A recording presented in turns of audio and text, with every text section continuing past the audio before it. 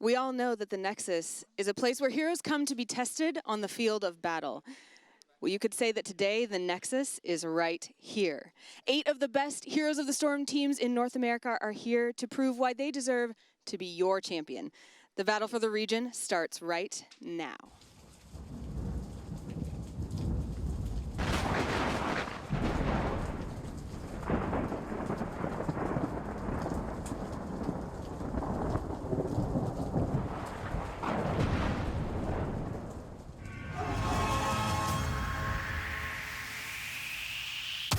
Through this Malfurion goes down early. There's no sustain left. Goku going to town. Raffle falls backing on up to just make sure that Tyrael and Diablo do not make it out of here. There's no chance of Blaze to stop this. Tempo Storm will qualify for America's Regionals. Sarkamir getting body blocked. He's going to end up falling. Good hook from Battery. That's going to secure the kill onto Zagara. But they're able to stun him out. Battery is so very low, but he gets over the wall, and Tyrande goes down. Power slide peel. Now Medic is gonna fall. Murden will dwarf toss over the wall, but die to McIntyre. Just hitting on Medic. The rest of the team is just getting annihilated. Shot, please.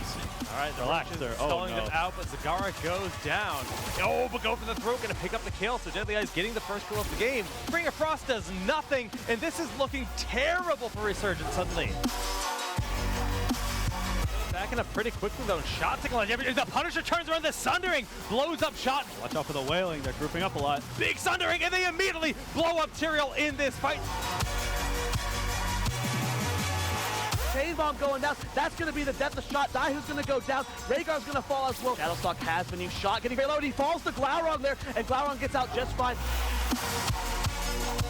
We do see Kashi falls. Once again, Apocalypse is going to get some massive value, and the gust from behind. Oh my cooldown with the body blocks.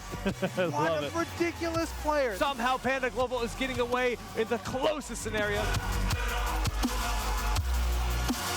Oh, the dance gets 3 people. Caterpillar looking to hold them still. Arthalon does come in with a great silencing arrow. That is going to completely turn this fight around thanks to the quick thinking from Brightwing. Fantastic grab onto Faye with the follow-up polymorph.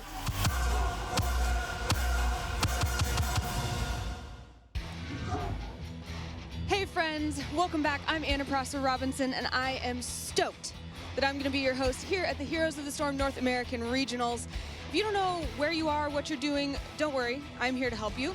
I will be here, feet on the ground, in Burbank, California at the ESL Studios to be your eyes and ears.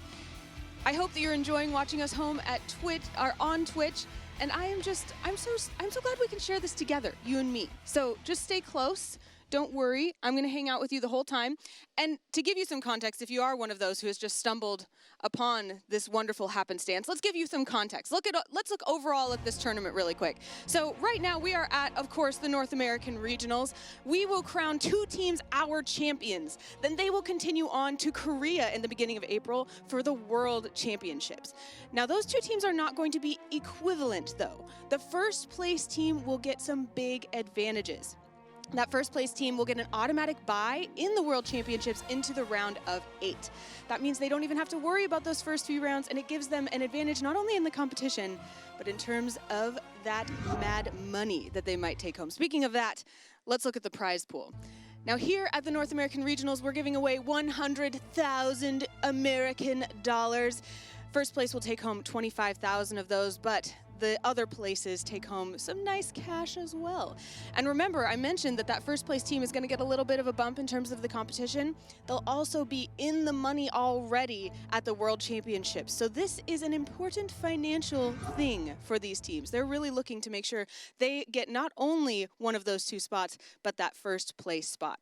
Let's take a look at how these teams are going to face off in the groups. Now, these have been seeded. They're going to be Group A is going to be Tempo Storm, Panda Global, Team Naventic, and King of Blades Alpha. Group B will be Cognitive, Team Blaze, Cloud9, and Team Nam. Now that means that's how they're going to go into the brackets, which we can take a look at right now. The upper bracket will be Tempo Storm, Panda Global, Team Naventic, and King of Blades Alpha facing right off, and that is going to be our schedule here at the beginning of the day. So Tempo Storm and Panda Global will be our first match. Now, going into those matches, don't worry. Again, I know you're worried about being alone. I know it feels really weird. You can't actually be here in the studio. I'm going to be here with you, but don't worry. There's some other people who are going to be here with you. You're going to have some very, very talented commentators. Later, Gilly Weed and Zoya will be joining us, but right now, at the desk, sitting across from me, I can see their beautiful, shining faces, but not too shiny, nice and matte, and, you know, all sorts of appropriate faces. We have Dreadnought and Solid Jake. How are you guys doing over there? I'm so glad my face is appropriate. It's great to be back here in 2016 with more Heroes of the Storm, and I'm thrilled to be here with Dreadnought. Yeah, thanks, Jake. From a pro player to an analyst here today, I'm very excited for the games coming out this weekend. It's going to be a great tournament. If you think that Solid Jake's face is appropriate, or if you think it's absolutely inappropriate, don't forget that you can tell us on social media. And if you do, don't forget to use the hashtag HGC so we know where to look. You can also feel free to tweet directly at me if you have any ideas or specific questions that you'd like me to ask the players as we go through the day. I will maybe ask your questions. We will see. Now, I know you're here to watch some Heroes of the Storm, and I know that you're here to watch your favorite players. So without further ado, we're going to go ahead and introduce them. First of all, our first team is cuddly, wuddly black and white bears, but they are also fierce warriors. It is Team Panda Global.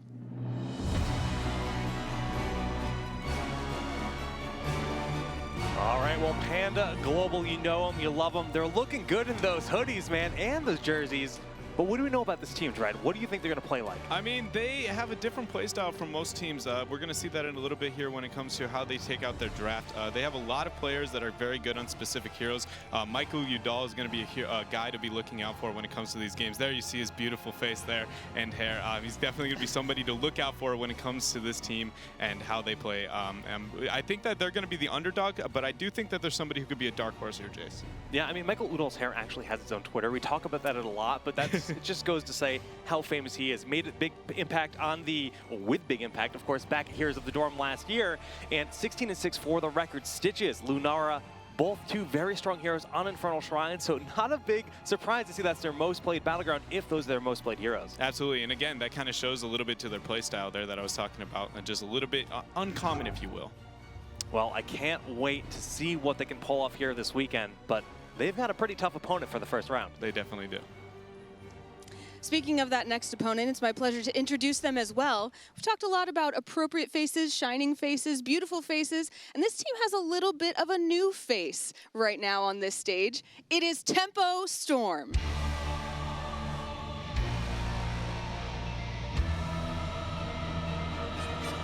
All right, well, Tempo Storm, they've got a bit of a new roster, as Anna was getting to. Goku, Stray, and Zix have all joined KO and Soldier. Now, Dredd, this is your former team. Yeah. It's got to be a little weird sitting behind the analyst desk, you know, from being a player. It definitely is, especially when it comes down to kind of the decision-making aspect, coming from the ex-shot caller of the team and seeing their new play style. It's going to be shown throughout this entire tournament. Their decision-making, their maximizing XP, and just kind of their min-maxing is something that they're very, very good at now with a little bit less aggressive rotation. So it's going to be interesting to see how well they've come together over the recent tournaments and how well they're going to be able to come up and show against Panda Global today. You see that 12-3. They've done really well, and also a very different Li Ming being one of their most played heroes, and Cursed Hollow, something that wasn't really their go-to when I was necessarily a part of it. So it's going to be really interesting to see how they've evolved, Jake. Yeah, a lot of players have said they're the new 2-arc. They bust out a lot of really unorthodox strategies, and that's great for catching their opponents off guard. But I don't know. I really don't know what to expect. I'm sure they've prepared some great new strategies, and I can't wait to see this match unfold. You know, not knowing what to expect is kind of the name of the game here. I think both of these teams are hoping that's the case. I am sitting here in between them. I'm close enough that I could just stroke their faces lovingly if I wanted to. I won't, but I could, and I wanted to share that feeling with you. There we are. Jake, you're so close over there to Michael Udall's hair that you could probably smell it, I would think. Oh, I can smell it. Does it smell nice? It's luscious. I mean, I'm just wafting it over here. There's some fans in the studio. It's just, he's the closest player to me, and I couldn't be happier. I mean, I'm envious. Well, we're going to have to try and get our thoughts back centered on the game because it is time that we are going to get into the draft. This is the game before the game. This is where the mind games are really important. Casters, what do you think we're going to see in this draft? I think a lot of what we're going to see is Lunar Stitches. I think that's going to be, as we saw, Stitches is going to kind of be a hero that's in play in this tournament, right? Yep. And he's been high contention for almost every team in North America. Then also you see that unique playstyle that I was talking about coming out from Panda Global. There's going to be a lot of things to look for. Another thing I think to look out for is going to be, as I said, Michael Udall. The characters he's very good at is going to be melee assassins. Specifically, I think Zeratul is who we're going to be looking at as a very high contention hero in this match. Well, Zeratul's always been a big playmaker, but I've been talking to a lot of the players this weekend, and Illidan seems to be high on that list. And if you've been following the hero scene, Illidan hasn't been all that common for quite a while. Do you think we're going to see Illidan in this match? It might be. I think it's going to have to be a larger map. If we see it on some of the smaller ones, I don't think it's going to be a necessarily go-to, but I definitely do think he will be a contention point somewhere in this matchup against these two teams. So talking about Illidan, talking about Zeratul, Greymane, of course, is another big hero that's kind of not all that common in North America. In Europe, we do see him picked relatively early, rather frequently, but in NA, he's really kind of a bit more of a niche. Do you think he has a position to kind of be similar to Zeratul, even though he doesn't have that big heroic like Void Prison? I think he doesn't fill the same role, but I definitely think that he's going to be a hero, again, of high contention. We've seen, actually, when it comes to a lot of the scrimmages here at this tournament beforehand, that a lot of the teams are kind of already developing a new meta within this tournament, and it's going to be something that we keep seeing evolving, and I definitely think Greymane is going to be a big part of it. So halfway through this event, the drafts are going to start to get figured out, and then the meta will be developed. And is this like just due to inspiration from Korea, inspiration from China and Europe, and teams kind of, you know, picking and choosing what they think is the best meta? Because we do have a pretty different meta from some of the other regions. Yeah, no, I definitely think it's a little bit of inspiration from the other regions of the world, but I also feel like a little bit is kind of like pulling off of taking away from necessarily not wanting to show your picks kind of when it comes to some of the drafts right before a tournament, and all that makes the new meta. Oh, that's actually so fun to see these teams hiding their strats. Will it be the first picks with Li Ming? Will it be the first picks with Thrall, Zagara? We've seen that be very common. Early picks on Zagara left and right. Depends on the map. Sometimes you'll see the Falstad ban, and of course, Rehgar. He is very highly contested right now. Absolutely. He's just like one of those heroes that everything about him is so absurdly powerful on all fronts. He essentially is never a bad pick, so he's definitely going to be that kind of chokehold hero here, Jake. Well, yeah, he's a support that's good in the laning phase. He's a support that can get mercenary camps on his own rather efficiently. He pairs well with melee assassins, but he pairs great with ranged assassins. Yeah. He's just very well-rounded as a support hero. Absolutely. You can actually attribute the not only, but a large portion of the relevance of Illidan that might come in this tournament because of Rehgar. He is a large portion of the reason that he has the kind of strength that he has, being a chokehold point in these kind of drafts. Now, one thing we have to point out is if you guys haven't tuned in to any Heroes of the Storm since BlizzCon, you know about 3 heroes that were announced. We had, of course, Lunara, Greymane, and Cho'Gall. And Cho'Gall has really been making a big splash on the meta, so how often do you think we'll see him played here? Because he is a very powerful pick. I think that's one of the things that I was kind of referencing when it comes to the new kind of internal tournament meta being developed is definitely going to be Cho'Gall. He's a hero that a lot of the teams have kind of been dabbling with a little bit here and there, but I feel like he's slowly becoming the pick for some of these teams. Oh, man. Yeah. Now, I mean, just the power of Cho'Gall, the fact that Gall has no mana. He can just poke and poke and poke and slowly wear down the support's healing, wear down the enemy team, and wait for that moment to strike. And you talk about maps like Infernal Shrines where you're just kind of dueling over all these minions. The amount of splash damage he has is it's just insane. No, his harassment is it's crazy. And I mean, I'm going to even go to say maybe as crazy as that you might see not only just Cho'Gall, you will see not necessarily the common builds of what you know Cho'Gall to be. I'm calling out Upheaval. I think that's going to be something that comes into play at this tournament. And there's going to be a lot of other things and pairings with him that are going to be very, very relevant when it comes to some of the drafts, especially with certain teams. Well, I'm super pumped to see if we see Rehgar make it through the draft. Does that enable Cho'Gall even more, especially with Earthshield? Yep. But beyond that, there's going to be a lot of pocket strats coming out. Will they come out early? As a player, would that be a strategic thing that's good to do? Yeah, no, I think a lot of it's going to come down to not in your first set. Unless you're very panicked, I think it shows a little bit too much of lack of confidence if you're willing to throw it out in the first set. I think we'll see a lot of the teams feeling each other out at first, and then once they see the success of the first or second game, depending on what direction it goes, you're either going to pull out your pocket strats right then, or you're going to go even more standard, if you will, trying to hide everything as long as you possibly can. I definitely don't think these teams are going to be busting it out yet, but they will definitely be because there's so much on the line for this tournament.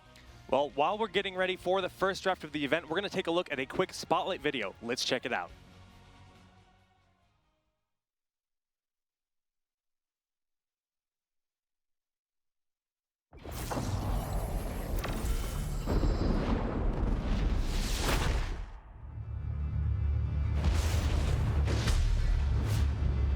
Forward unto darkness. The enigmatic necromancers hold a belief that all creation exists in a delicate balance between light and darkness. Should either side gain control, the world of Sanctuary would fall into ruin. As a member of their ancient order, Zul fights to preserve that balance, no matter where his travels may take him or what foes stand against him. Zul is a close-quarters specialist who weakens his enemies and raises the undead to aid him in battle. Rise in my service. Zul's trait is Raise Skeleton. When a nearby enemy minion dies, Zul will raise a skeleton warrior to push alongside him. The Necromancer can have multiple skeletal warriors active at once. His first basic ability is Spectral Scythe. After a brief delay, Zul summons a ghostly scythe at range that returns to his location, dealing moderate damage to all enemies within its path. Next, Zul is able to empower his melee weapon to deal Cursed Strikes. Once activated, Zul's scythe will deal area damage for a short duration with every basic attack, while simultaneously reducing the attack speed of all heroes hit. Zul's E ability is Bone Prison. When cast on an enemy, following a short delay, Zul summons a cage of bone that roots its target. Zul's base kit includes an activated ability on the one key, Bone Armor. Once activated, Zul gains a temporary shield. This ability is customized at the level 1 talent selection to either deal damage, slow, or evade basic attacks. Zul's first heroic option is Poison Nova. After a brief wind-up, Zul releases a wave of poison missiles that radiates outward for a significant distance. All targets hit by the poison will suffer a large amount of damage over a long period of time. For more battleground control, Zul can call upon a host of undead skeletal mages. Once activated, Zul will summon a group of undead mages in a straight line that will damage and slow nearby enemies. Never doubt my skill. Zul's passive, Raise Skeleton, is a huge boon to lane control, making the Necromancer a powerful pushing force. Clear large waves with the help of your minions, and push down objectives when you have the extra health bars supporting you. Use Spectral Scythe as a means to work in extra damage from afar. Strategize your position both before and after casting this ability to reap maximum target damage out of the scythe's travel path. Cursed Strikes is of course a fantastic tool for clearing minions in lane and dealing significant damage to grouped up opponents. But its ability to counter high attack speed heroes is important to keep in mind. When facing off against auto attack heroes, seize available opportunities to cover them with this ability. Your team will benefit greatly from the decrease in damage. Bone Prison is Zul's only option for hero lockdown. Use this ability to help your team secure kills, or to punish a squishy assassin that enjoys overextending. The delay built into this ability awards its target a few precious moments for escape, so consider using it earlier than later. And definitely don't forget Bone Prison's potential to help a teammate in need. If you find yourself in the middle of fights often and looking for that extra damage, Poison Nova is the heroic option for you. Casting this ability while up close and personal with an enemy team will ensure the whole group takes on the damage. Poison Nova is a great counter to have ready when facing a dive-heavy team anxious to pounce. On the other hand, if you prefer to play a game of control, consider Skeletal Mages as a fitting heroic choice. Position the ability near your enemies to impede any option of escape. Your opponent will have to choose whether to commit to a direct fight or to clear out the mages while tanking unwanted damage.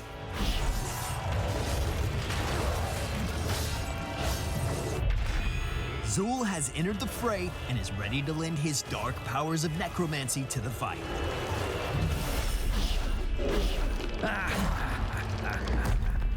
If you'd like to hear more about Heroes of the Storm, don't forget to subscribe to our channels here on YouTube and around the web. We'll see you in the Nexus.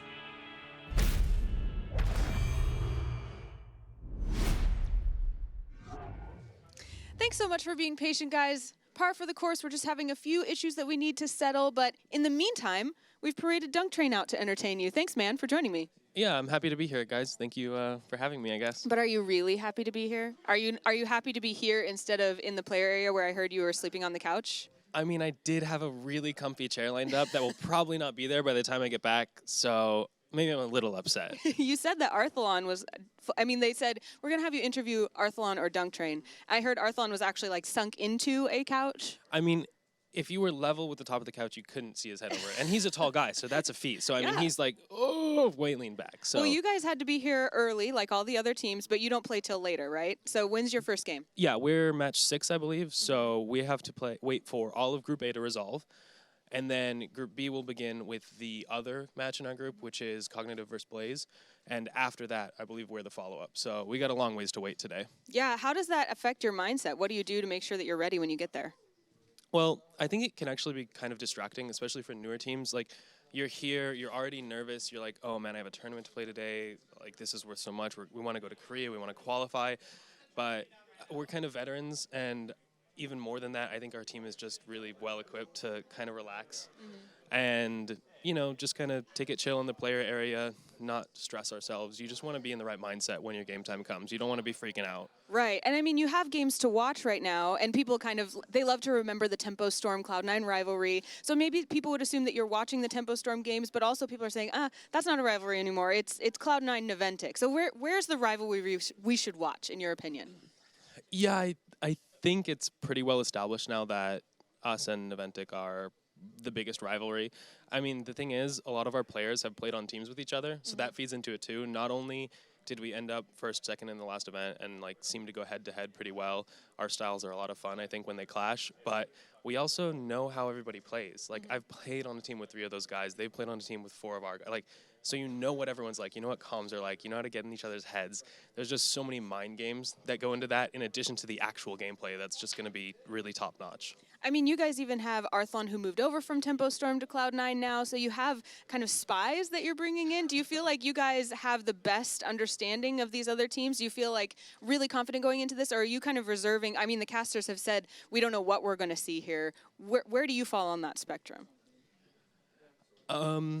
I think it's going to end up like our old Tempo Storm rivalry sets did, where when we find each other in the tournament, the first draft's going to look normal, and then like the game's just going to get wild as we try to get into each other's heads. It's like people are going to be playing crazy stuff, doing weird picks, like, because it's all about getting that mental edge over your opponent when you're this close. I saw actually, we have a cool sheet of info about you guys. A couple things I learned from that your favorite hero is Greymane, you mentioned. Is this true? I actually had just gotten to play some Greymane on stream for the first time after coming back from China, and I was like, oh my gosh, this hero is like insanely fun, because I don't really get to practice that much of like the assassins and that type of stuff, because I just don't get to play those for competitive, so it's kind of a waste of time for me to practice those heroes. But I was playing on stream, and somebody was like, play Greymane, so I'm like, fine, I bought him, and like I was just having a blast, but I probably didn't play him that well. I was kind of going a little too ham, because I didn't have me to heal myself, so right. you know. You couldn't support and play at the same time. It's a whole thing. The second thing I learned before we throw back to the casters was that your name actually comes from Space Jam. Dunk Train comes from Space Jam. Is this true? No, but it's kind of an inspiration because it's like just so crazy. I was so excited. Okay. It's a funny movie. It's great, and I just thought it would be a funny reference to kick in there. Can we just pretend it's actually from Space Jam? Absolutely. Can we sing the Space Jam theme together later? Off camera? Fine, okay. I guess. We'll do it right now. But in the meantime, casters, back to you. What have we got? All right. Well, you know, there's a fun story. Dunk Train used to have like the nerdiest name in the world, and then he picked Dunk Train to be his new handle, which is like the manliest name in the world. Yeah. No, and he's got the manliest beard to follow up on it. I mean, just everything about him. And, like, I definitely understand his struggle when he talks about when you're playing solo queue in these assassins and not having you to heal you. I mean, support feels right there. So I definitely know where he's coming from on that one. Oh, man. You know, actually, you guys can tweet at DunkTrain and ask him what his old tag was. He would absolutely just, he'll hate me for it, but it's okay. It's worth it. So, of course, Cloud9, a lot of those guys prepping for their match. They won't be till later today. Tempo Panda Global, what we're setting up for right now. Yep. I mean, a lot of the talking points we brought up is all we're going to be looking at. And again, I think a lot of the big players are going to be Big Impact, B-Kid, I think is going to be, and then also Udall. And then from Tempo, like whether or not that synergy, that evolution comes into play. I mean, there's not much else to say. It's just, are they going to be able to bring it here? This is where you got to do it. And are they going to be able to? Because again, we've seen like Tempo at Heroes Rising, whether or not they were really going to be able to perform on that lane experience. And some of these guys, it might be their first lane ever. So, I mean, it all comes down to this. This is going to be set pace or tempo, if you will, for the rest of the tournament.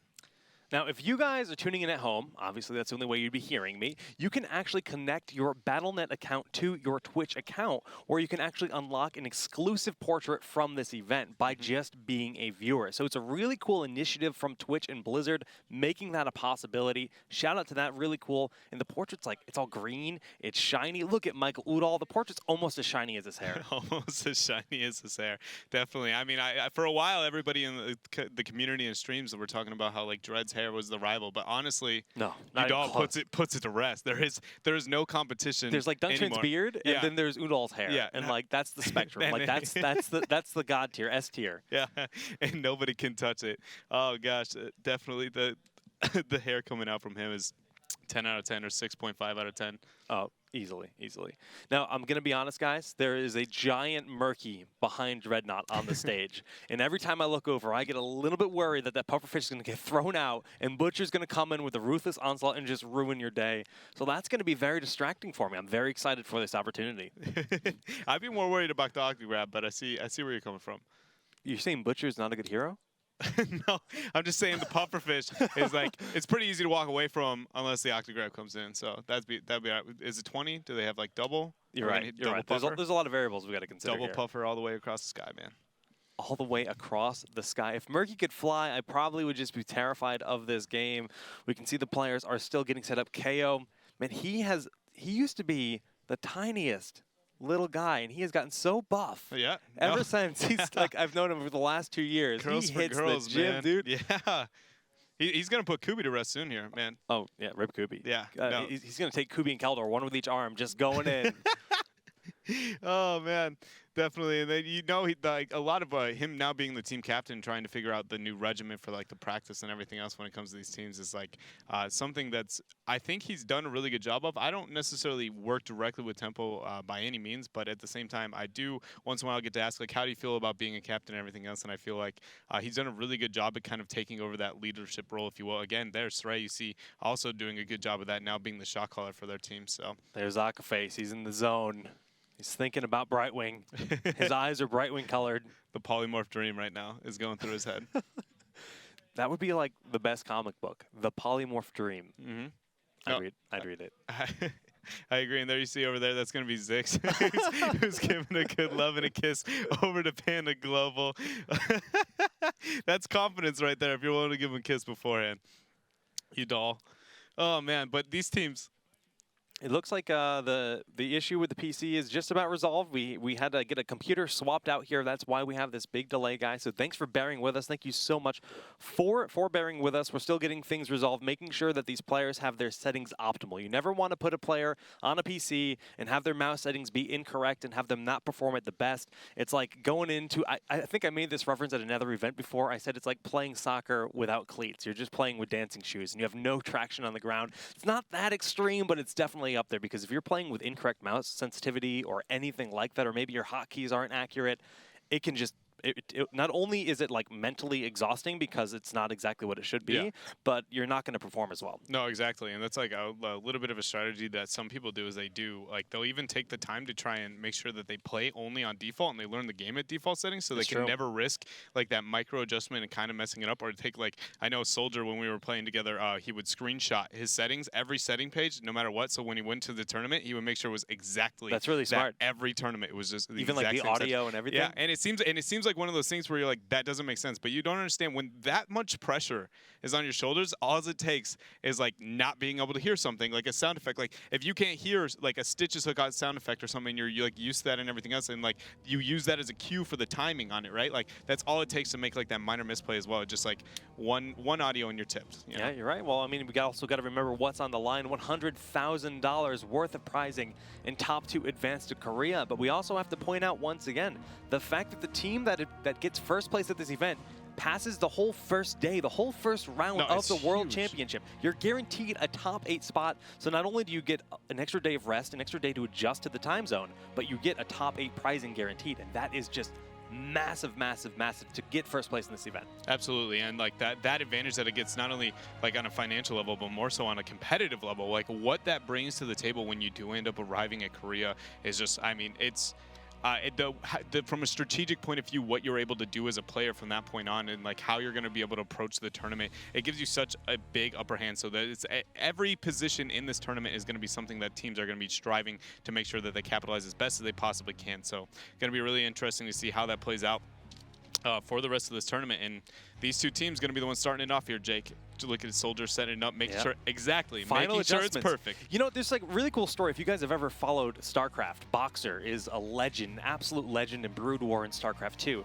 And he used to have this little ruler, this little block that he'd bring in to measure the height of the monitor. And he'd have a specific piece that he would measure the distance of the keyboard from the edge of the desk. And then he had another piece that he would measure the height of the monitor, just to make sure that everything was exactly precise. Like he was very methodical of making sure that he was set up in the same setting as his home. So we talk about in-game settings of this, but it also comes down to hardware, physical setup, how far you're sitting from the desk, how high is your chair, how high is your monitor. There's a lot of things that come into this to making sure you can perform at the absolute highest level. Absolutely, and a lot of it comes down to the simplistic phrase. I mean, you just want to practice how you play, right? Like when it comes down to the tournament, you like practice like it's tournament day. Get in there and just work hard, and it's like everything needs to be the same, right? And it's just like whether it be the in-game settings or the external hardware. So I definitely agree with that there. Something I actually now thinking about it, wish I had like practiced a little bit of when it came to my own style. You know, I was like the biggest Boxer fanboy. I used to be an MLG admin for StarCraft back in the day, and I was lucky to have lunch with him, and we had the translator at the table, and for some reason we got talking about StarCraft players as characters from Dragon Ball Z. And we went through the whole lineup as to who everyone was, and Boxer was clearly Goku. And his apprentice at the time, MMA, was Gohan. And MMA had never seen Dragon Ball. And Boxer was just so disappointed in his player on his team that he had never seen Dragon Ball. It was the funniest thing and a very cool experience because, I mean, Boxer's he's a legend. Yeah, no, absolutely. And then now Tempo Storm still, again, trying to line a little bit of the things out. You see the KO sitting there looking a little bit with like making sure the audios are right, making sure everybody gets in the lobby. But I do think we are slowly but surely closing in here, Jake, onto what is going to be, in my opinion, an absurdly interesting draft. Maps being picked up by these teams. Again, remember the comfort zone. We saw Cursed Hollow is what it's going to be for Tempo Storm, and Inferno Shrines is what we saw when it came to Panda Global, and a lot of it came down to that Nature's Calling level 7 from Lunara and how that's going to play out. So again, map and draft here is going to be really crucial on the success of both these teams. Yeah. All right. Well, we are, like you said, moving on forward. You can actually see some of the coaches there on the desk, which is really cool. I'm not sure if they're actually allowed to stay in there during the game, mic'd up, but I see they have headsets on, so that's really cool. I believe they partake directly. They directly help with draft. They're able to. They sit there with a notebook with all the stats that they've worked and developed as a team, their kind of thought process, and then they're going to be able to aid only in the draft. But then past that point, they have zero influence on the game. It's not like they're able to shot call or anything else for the team. So it's just to be a kind of a third party, if you will, when it comes to ensuring that they get the best draft possible when so much is on the line here. It's a really cool difference that exists with some esports, because I remember back in the MLG days, if I'm not mistaken, for Halo, the coach could actually be over the shoulder and constantly helping them manage some of the timings on the power-ups on the map. But even just having that 6 pair of eyes, that 6 brain involved with that notebook, calculating preparing against your opponents to help you with the draft is super, super impactful here in this setting. And well, we'll have to see exactly how impactful it is. Not every team will have a coach there on the stage, but these two do. I believe it's Barcode for Panda Global. For the side of Tempo Storm, it is going to be Parkser is his name. And he does a lot of work with them and helps them out whenever possible here at this tournament. And again, it's like one of those things where it's one of managers undervalued, coaches undervalued when it comes from a player's perspective. They do so much, especially when I can't I guess translate how the pressure feels at this level. Not so much this early in the tournament, but day 2 is where things really start to hit hard, and every single that panic button kind of gets hit in everybody's brain, and just in your head, everybody's throwing around files, burning everything, trying to figure out what are we gonna do, what's the draft, what are we gonna pick here and there, and it's those kind of guys, the little things that they do really help to make sure that doesn't happen as long as possible when it comes to the teams. Throwing around files, burning everything, that's what it's like when I do taxes, man. It is just a disaster. All right, well, normally we actually do see Zoya as the manager of Tempo Storm, but he is actually joining us on the commentary desk this weekend. Of course, you've seen him at Heroes Rising earlier this year. He did WCA last year, and he's, of course, been one of the hosts of the podcast I do, Town Hall Heroes. We just celebrated our 2-year anniversary as a podcast last week, man. So it's crazy. It's crazy to think that this game has been around for just about 2 years. No, it is absolutely insane to think the amount of time that both you and I sitting there, everybody here has been starting from the very beginning and trying to build the something early alpha. Yeah, and to see where it is today. I mean, especially when you think about some of the evolution of not only the meta but just heroes in general.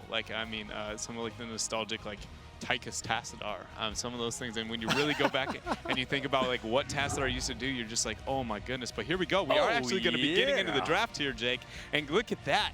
Infernal Shrines is going to be the map here, and Panda Global going to be on home territory. So first off, big shout out to ESL for making this draft system. This is handsome as it gets. We can look at Michael Udall while the draft happens. I can't ask for more. The first ban will be Falstad here. Now, this map, obviously Falstad with the big mobility, the 40-second cooldown on Mighty Gust for the safe disengage, and those powerful initiations when you fly forward. Very powerful hero. You want to remove him in the forced ban on Rehgar because they don't want to let Tempo first pick Rehgar. Expect a high priority of Zag. There it is. First pick on Tempo Storm's half there with the banning out of the Falstad. Going to be a sustained damage removal and then prioritization of it there. Going to be a very dominant laner. And again, what we were talking about, Stitches right out the gates for Panda Global. The question is the pairing of Lunara. Where is that priority going to fall? Tempo Storm already having the sustained damage dealer. Lunara going to be that late game spike, that 7 Nature's Calling we were talking about, and a Tassadar for the site to pair it up, Jake. This draft already, like I said, starting out very, very aggressive. Yeah, the power of Oracle to just give you the eyes you need, not only to clean up the creep, to land those hooks with Stitches, certainly is there. Will they prioritize Jaina, Li Ming, both big mage for damage dealer? Do they want to get one of their warriors like ETC Murd in high priority, or do they lock in Zeratul? They do go for him very early in this draft. I think that's a huge priority, as I was talking about, taking that away from Panda Global, also the pairing that exists when it comes to Stitches here. So I really do like that pickup for them.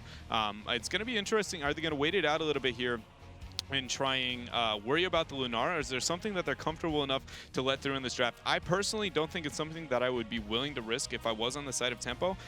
But again, it just comes down to what do you feel like you are better than your opponent at when it comes to understanding this draft? Yeah, I mean, VP paired with Maw, so much control. You dictate the pace of the fight completely, and they go for that early Lunara. When you think about fighting for those Immortals, the Nature's Calling for the additional damage, output 200% additional damage. She just burns through towers, she burns through minions, and she burns through those Immortals. Absolutely, and this draft is honestly forming almost exactly as expected, really. Zeratul, Lunara, Stitches, a lot of the heroes that we think that are going to be high priority. The Medic ban going to come out there, delaying a little bit of the late game oriented composition that Tempo Storm might be looking out here. Again, the Stitches is going to be picked up, so a tank on that half, a ban on the tank is probably not going to be a go-to here for Tempo unless they see a direct synergy.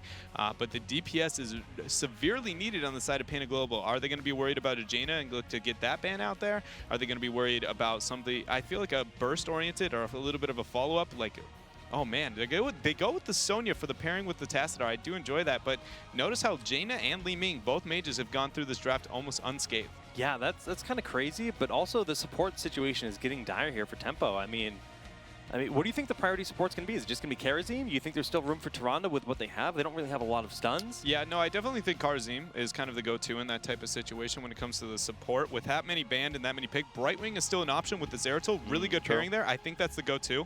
In my opinion, if I'm on Tempo, I'm going to be looking to pick up that Brightwing. But I think Panda Global's response right now at this part of the draft is really crucial. Their next 2 picks, I genuinely think, are going to determine who's going to walk away with a win in this draft. Not so much the game, but more so the draft. ETC is going to be locking there for a follow-up. And again, what is their damage dealer? What are they looking for here? Again, when I was talking about a little bit of the shifts within the tournament too, solo Tassadar support might be something, I know it sounds a little bit crazy, but it might be something that some of these teams are willing to pull out. I don't know about in this situation exactly, but again, the meta kind of adapting to these foreign regions. So do you think it's worth speccing into like getting groupies to get a little bit of additional support out of ETC when he's like, we've got this double big body frontliner? Of course, Stitches can go for amplified healing, has a lot of self-sustain. If you went lone support Tassadar, would that be the way to play it? Not that style of play. I think you would adjust accordingly because of the lack of healing. Again, also with that Tassadar, melees are really good for Panda Global. So with Zeratul taken, I was going to say that exactly right there. Greymane is going to be locked in. I think that's the end of the go-to for them, and that is now a Greymane. And so with Greymane locked in, because he does provide a large amount of burst and poke, this is kind of a Korean-oriented and European style of play where the solo Tassadar support, the Greymane would be heavy amount of poke against it, and they'd be willing to run it alone or paired. It isn't typically ran in double tank style with that, but it's going to be interesting. Will they follow it up? Are they going to run another DPS or are they going to run another support? And again, I think Tempo, when we're talking about supports, Brightwing is going to be their go-to here. They want those picks. Johanna going to be locked in for the wave clear on the Shrine. Beautiful pickup on their part, and I do think it will be rounded out there, as I said, with Akaface Deny on the BW. Yeah, well, we do need that final pick support.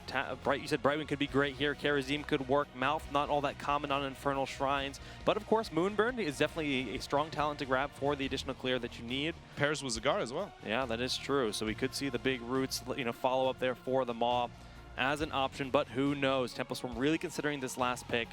Yeah, one thing I want to talk about that was actually kind of brilliant on the side of Panda Global when it comes to this draft, that Greymane lock-in, what it really did is because they knew that Brightwing was a go-to kind of pickup for Tempostorm with the pairing with Zeratul, what it really does is Brightwing's not very good at poke.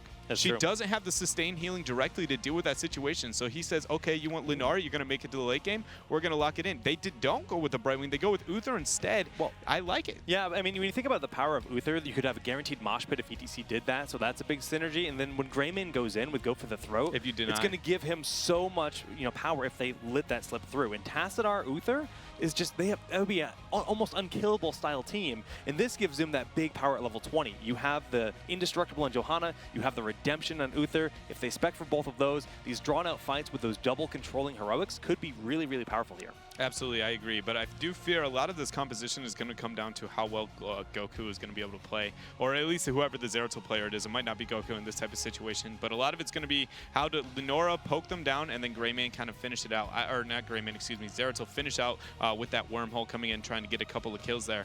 Panda Global looking to round out the rest of their composition. Again, I feel like it can go in a lot of different directions. I feel like with the Uther pickup, the poke isn't going to be necessarily as good as it would have been against the Brightwing, but it's still going to be good. Uther struggles with AoE healing. Whoa, and they go with the Malfurion. Yeah, that's I did not expect the Malf. I was really feeling Brightwing myself, just knowing how much Akaface does play that hero in the pairing with Tassadar. There's a lot of control with those two combined. Yeah, I agree with you. I think I definitely would have expected a Brightwing or a Karazim. Yeah. Kind of as a follow-up DPS, because Greymane as a solo DPS isn't necessarily poor, but it's the margin of error is kind of skewed comparative to most compositions with more than one DPS. So going to be interesting. How is Panda Global going to be able to play this out here, Jake? I'm excited. I think both of these teams came in understanding very much what their opponent wanted and went with a beautiful prioritization to deny and also accent their own style of play. Yeah, we've got the super sustain of the ETC paired with Stitches, very control oriented. The hooks are going to be a big key element of that, but of course we've got those big controlling heroics. We've got Void Prison and Maw to really just buy yourself a lot of escape or a lot of time to respond as a team if a hook does go out, right? That VP can be used defensively in scenarios, but it's such a big cooldown, 120 seconds that you're throwing out. Yeah. That might not be all that valuable to capitalize on. I definitely think that Malfurion pick is going to be crucial on how well that's played, largely because he does struggle into Zeratul specifically. And I think the logic behind it is, right, Lunara late game, right? They're going to make it to the later half of the game, and when that happens, she just has an absurd amount of damage, and it's spread damage, and it's a dot. So what if you just counter that with kind of a tranquility mentality, right? But in the early and mid game, until that late game spike comes out here, it's going to be very difficult to see how well the Malfurion is going to be able to do against that Zeratul. All right, well, we do see Salmu on ETC. Michael Udall will be playing Tassadar. It's going to be a big impact on Greymane. Malfurion played by Akaface. Big hit is Stitches. That says Abathur right now, but that's okay. Zeratul going to be played by Goku. Johanna going to be Soray, Zix on Uther, KO on his legendary Zagara, and Soldier rounding it out on Lunara. So Deer playing the deer. I mean, it's very fitting. Yeah, you're right. I mean, we for so long have called him when it's SMG and Tempo because the one in his name, he is the So Deer. So very fitting there to see him going to be playing out the Lunara and how he's going to be able to do it here. See him prepping there very severely. And again, I think. All right, well, we're loading on into the game here. The first match of the tournament between Panda Global and Tempo Storm. And here we go. The North America Spring Regional about to begin. Absolutely, and the first setup here is going to come down to a lot of who has the stronger early game when it comes between these two teams. Right out the gate, Tassadar is going to provide a lot of the double healer, double tank, a lot of sustain there. I don't think Tempo Storm is going to be able to deal with the battle directly here if they go head-to-head with this team. So I'd like to see them try and avoid that. Worry about the tri-lane. They have absurdly strong laners when it comes to their composition, and their opponents struggle a little bit on the wave clear battle. All right, well, they are riding on out. The Mount synergy is horrendous on these teams, so they lose the fashion show, both of them. No winners there, and the first match will be underway in just a moment. In terms of talents, we do see Knight takes pawn there on Johanna just for the additional lane clear, very common, and that's actually going to be perfect aim, if I'm not mistaken, yes, on Greymane. Yeah, no, and the perfect aim is going to accent that poking a little bit more. He won't have as much auto attack damage. He's going to be even more poke-centric, if you will, when it comes to that perfect aim talent, versus, I believe the other name is Wolfheart there. So other than that, not too surprising to see some of the pickups out of these two teams. ETC going a little bit of the Q build there, and both are trying to figure out what they want to do. In the bottom half of the map, they are going to have a tri-lane there. The hook coming out, not quite there. The rotations are actually going to be won by Panda Global for now, but Soray coming in with a great condemn, trying to say, hey, you know, we have wave clear too, we're going to respond here.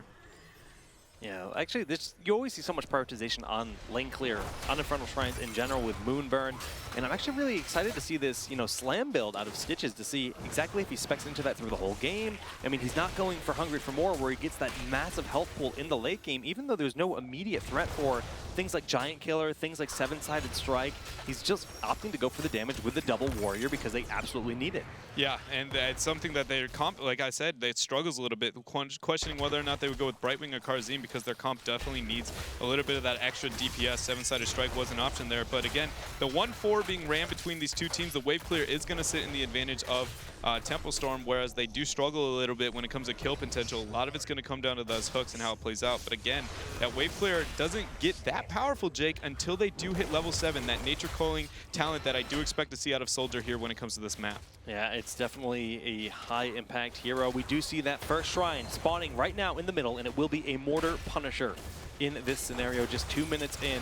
Both teams currently just pacing around the mid and top lane, and Goku is continuing to soak bottom on Zeratul. Going to give them a slight edge if that isn't responded to. Yeah, they're going to be worried a little bit more about XP than the fight. Remember, I was talking about that kill potential in the early game, and Tempo Storm accepts the fact that they don't really have that right now, trying to capitalize a little bit on the XP advantage there. Goku now going to make the rotation up to the shrines, but they've given up 15, Jake. And again, the wave clear their opponents struggle a little bit with is going to come down to Mouth. How they play this out is absolutely crucial. Again, wave clearing mid, worried about XP more than the shrine, because again, these infernals or these shrines really don't do that much. John Cena is going to leap over the wall and at most get a front wall. Yeah, I mean, you always see basically they bait the Punisher to jump over the wall, and then they quickly have all 4 or 3 towers plus the fort focusing on it, and oftentimes you'll see all the forts, all the towers still sustain through that initiation of the Punisher. Yeah, and I actually like that call from Tempo to decide to not take that skirmish and lane it out a little bit. I do think they failed to stop the rotation from Malfurion and ETC to the bottom half of the map, and it made them, it struggled a little bit. They do, you see, walk away with a smidge of a lead here when it comes to experience, but I feel like they could have denied a little bit more. Now, John Cena threatening down the middle lane. They do get 2 camps at the exact same time, going to be cleared out there, but again, they go with the passive game here, baited over the wall, not worry about the shrines, wait till they get that wave clear advantage that they do have at 7. Smart play coming up from Tempo. All right, Goku going into the backside to try to flank, quickly blinking back to safety. And we do see ETC has cleaned up the Punishers in the bottom, so the mercenary camps that were picked up really didn't do that much. Actually, no, he's still cleaning them up. They might even get a tower out of this, and that ends up being an even trade. Tempo still ahead in XP. Yeah, one thing I do want to point out is the Elun's Grace choice to be taken at level 7, or level 4, excuse me, for the Malfurion. What that really means is that they're going to sit in a situation where they're not going to be able to directly heal that Lunara like I thought the Malfurion pick was for. Instead, they're they're going to be worried about getting the follow-up route to the stun. Good dodge there from Soldier there. But essentially, they're not going to have that healing to deal with that spread damage from Lunara in the later half of the game. I'm really interested to see why they decided to take Malfurion, but then choose Elune's Grace. Okay, well, level 7 has just been picked up here. We do have a cleanse on Uther. Battle momentum for Johanna to just maximize the capability to throw all the spells, and also battle momentum for the Zagara player. With Envenom Spines, just so much safety to poke ahead, and get those Hydralisks out at max efficiency. Yeah, and there we go. We do see at level 7, as we were talking about this entire time, the Nature's Calling is going to come into play here. Also, Goku locking in the Vorpal Blade there, so he's going to have a little bit of a little dance kind of around with that level 4 talent there. Common build now in modern North American meta, but it is going to be interesting to see how he plays it and how well he gets around with it. Malfurion going with Enduring Growth, again, to deal with that Lunara damage. Yeah, and during growth, I mean, it just gives him so much more healing as a hero. Gilnean Cocktail build, pretty common, especially level 16 when you have Concentrated Blast, becomes quite powerful. We do have the first Fallen Shaman camp being picked up, but Ziggs is just stalling it out, waiting for that next shrine. Great call here. We don't know where the shrine, it is going to spawn in the upper half of the map, sadly, so they aren't going to maximize the value there, but what they're essentially doing is trying to make sure that they get the camp to be effective while the map objective is there, right? Split pushing. If that is shrine and spawn on a different part of the map, they would be far, far ahead. So I like this call. Tempo, again, showing that they've come into this game with a game plan. Everything about it is very much, it seems calculated. They knew what they were going to do before this game started, and I like to see that out of them. And while they were waiting for that camp to cap it, they actually had the Wisp of Lunara waiting in the opposite side camp. So just kind of sitting in position, making sure that it was not being captured by their opponents, so they wanted to know exactly what they were up against, and they moved it once they expected the rotation to come up. And now with Tempo having this big half-level lead going towards level 10, it puts Panda Global in a really odd situation where they can't really engage. Yeah, see, they have a situation that was a beautiful Shaman camp. So what it's doing is stalling the fact that they have no wave clear and they have to clear on the upper half of the map. Panda Global is doing that. Meanwhile, Tempo Storm soaking all the lanes with their better wave clear than their opponents. They've done that for the first shrine. They do it for the second shrine. And guess what? Here we are. We're now in a situation where Tempo Storm has the 10 advantage, and they're going to be able to lock in this John Cena. Keep in mind, it still won't be that effective quite yet because the scaling is rather weak in the early half. But Tempo, again, really calculated play here. I love to see this. Methodical and approaching the game smart. Thornwood Vine, Divine Shield, we have Void Prison, Blessed Shield, and Maw as the heroics for Tempo Storm. Nearly there for heroic abilities on Panda Global, and if they manage to take out a tower or two, it will be enough experience for them to secure their heroics. Yeah, and so we're in a situation where we do see Panda Global is going to be pushing the bottom half of the map to take out a front wall. Tempo Storm, meanwhile, resolving on pushing the upper half. Look at this damage here. Lunara the Nature's Calling, just eating at it. it. So they are going to hit 10 advantage here, but whether or not they're going to continue to push with John Cena at the keep wall is going to be really questionable here from Tempo. It will help them a little bit because they do have, again, that Nature's Calling the wave clear, but realistically, past that front wall, they're not going to get much more, and I'm afraid they might overextend. Sieging into a Stitches is very difficult, Jake. Yeah, okay, so this Punisher, he is at full health. Now they're going to bait him over the wall. He's going to burn down pretty quick, but it might enable him to get a tower or two. If you take out both towers, it's 1,300 experience. It's more than a fort, which is 1,200 XP. So the value really showing here out of Tempo Storm as this Punisher doesn't do too much except for buy time for Tempo to eliminate the wall. And this is what I was talking about. Maybe overextending a little bit too much. Sieging into a Stitches, they must dodge this hook or a team fight might be taken. Ooh. There you go. So1 Deer with a really good juke there on that Lunara skin. Master Lunara there walking away barely with her life there. So I do like that. That was really well done. And again, the camp going to be contested now between these two teams. And this is a little risky for Tempo. Well, they haven't hit their power spike yet. I mean, you got to think about Forest Wall, Mosh Pit, Putrid Battle. There's so much control on the side of Panda Global. But we do see Stray in the front line really just buying all the damage for the team. Big Blast Shield, VP goes down, and they're focusing on Beacon. Beacon falls before the train can keep him alive. Akaface now being chased by Soldier in the back. The huge damage from the poison, but the tranquility is sufficient. A two-man Mosh buying the healer out of the fight, so no heals there on the side of Ziggs, and go for the throat goes in, but it's not quite enough. Big Impact is overcommitted to the Hammer of Justice. Will not be enough as the heal comes out from Akaface at the last moment, and they secure themselves the camp. That was really well done by both teams. Honestly, the first half of the fight was extremely well played on the side of Tempo Storm, ensuring the fact that because of the talents taken by that ETC, we see Goku might actually be under. Blink, is it ready? Oh, it's not going to be enough with the Vorpal Plate. The heals there from Ziggs, and he does manage to top him off. And so a lot of that came down to Tempo Storm with the Malfurion build. Like I was talking about, Malf is weak against the Zeratul there. He had no ability to keep that Stitches alive there, and they go in, they execute, they get Stitches low, they pop the Trank, but it's not enough to deal with that. Even with Rampant Growth, questionably would have been worth it, but still a situation where they start started out the team fight great, but then the isolation on the back line, Tempo Storm was not able to confirm a kill. Their focus fire was very, very weak, and that's a little bit of the downside of Lunara. Those low health bars baited them in to overextend a little bit, and Panda Global punishes them for it. Really well done on their part. They don't have necessarily a big lead yet, and the power spike hasn't been hit for Tempo, but they definitely showed that they know how to deal with this style of composition. Okay, well, level 13 just now being reached for Tempo Storm. They're going to pick their talent. Shrink Ray is going to give them a little bit more control of this battle.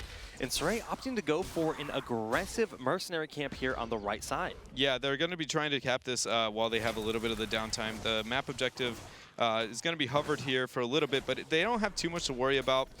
It's a lot of just the downtime is going to be trying to min-max your experience and your advantage wherever you possibly can. And that Merc camp is where they're going to start that. Again, the lack of wave clear on their side here. Giant Killer's picked up for Soldier. That's going to be interesting. Watch his auto attacks, and his 16 I think is going to change a little bit now accordingly into that double tank. I do like the pickup, but spread damage is the name of the game here. How well the Trank and everything else is going to be. Keep in mind, Jake, Mosh Pit is 5-second cooldown.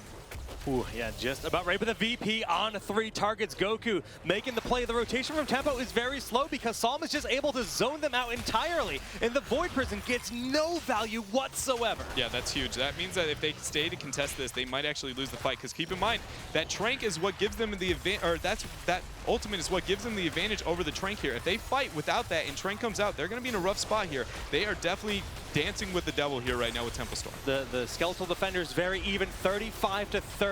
It's anyone's game for this Punisher. Superior control of the position right now by Panda Global, but the poke from Lunara trying to blow them up. A big mosh interrupted very quickly. One more needed for Tempo, and Tempo secures it. Now Panda Global is very overextended as John Cena could jump in. The Maw onto a single target. Psalm is getting burst. He falls. Goku in the front. The Trank has been popped. The Poland from the Condemned, but Akaface is falling, but the Force Wall does close them out.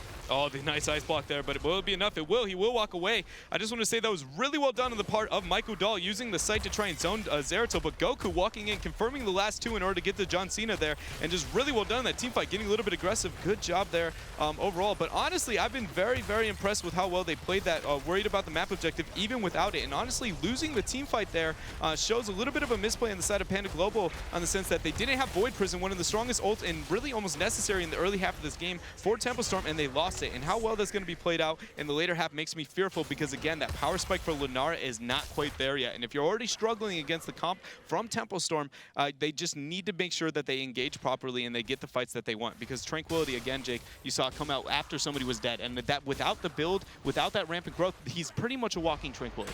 Yeah, you're right. I mean, it's just such a big part of his healing. Even with the upgrades they've made to regrowth recently, Trank is just so very massive. Well, Tempo Storm now really starting to snowball ahead. They're full level ahead. They need to get level 16 to really flex their advantage, but they're trying to grab their Fallen Shaman. Now, we do see the Khazar camp will be collected here by Panda Global to buy them a bit of presence, but Lunara is just patiently waiting at that bottom fort for those minions to come in because Soldier does expect this very much. Absolutely, and I'd like to see Tempo Storm really concentrate on pushing their 16-tier advantage here. It's a long enough lead, and they have good enough siege that I feel like they're going to be able to make something big happen here. Their ultimates are up, their opponents are as well, but again, that 16 advantage should be enough to ensure a minimum of a keep wall here, preferably almost an entire keep. You do see, there they go. They're going to group in the 5-man, rotate to the bottom half of the map, and they're going to take, instead of taking a keep and risking getting hooked in a big team fight there, they're going to take the safer decision on the bottom half of the map here. I do like this call from them, a little bit safer than I'd like to see, but again, there's so much on the line. These teams are not going to take any risks. They don't have to, Jake. Yeah, all right, so Starward Spear picked up the pair with Giant Killer. It's going to give Soldiers just so much big range poke, and Psalm caught a bit out of position. We see the Singularity Spike slowing him down. We do see the Shrink Ray goes down, and the burst will go through, and Psalm gets picked way off. That is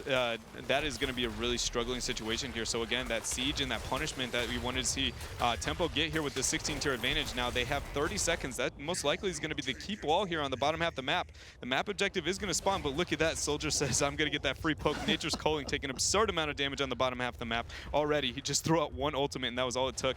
They're going to get the clear here. They have the 16-tier advantage, and they have 10-second advantage when it comes to the Shrine here. So we'll give them roughly a 15 lead if they rotate early enough, which you do see them capping when it comes to the Punisher. Not necessarily the best, but definitely good enough when it considered the lack of wave clear on the side of Panda Global. All right, but we got to remember, there is no greater spell block here for Soldier. Okay. And with Concentrated Blast on Greymane, that is so much burst. Yes. So if Soldier isn't careful, that Greymane can hit him with a big Concentrated Blast and go in with Go for the Throat and pretty much secure a kill. Absolutely. It's going to all come down to how well the Void Prison and how well the Divine Shield come out in these type of situations. Goku's positioning is absolutely crucial at this point of the game, and you do see They make the late rotation, getting no advantage here when it comes to the Shrine. Only a level advantage, and both teams are now 16. This is where it's going to happen. This fight is going to dictate the rest of this game here, Jake. Tempo once again just kind of backing off, waiting for that big Void Prison. You see Goku is just lurking in the shadows at the bottom of the screen, just fading even further, goes in with a blink, gets on out. And right now he's just trying to find that Oracle has been used from Tassadar. So once that expires, it's going to be a big open playing field. But the hook on KO, the big initiative is forcing out the Divine Shield. Just a single VP target on Malfurion, not the big value they want.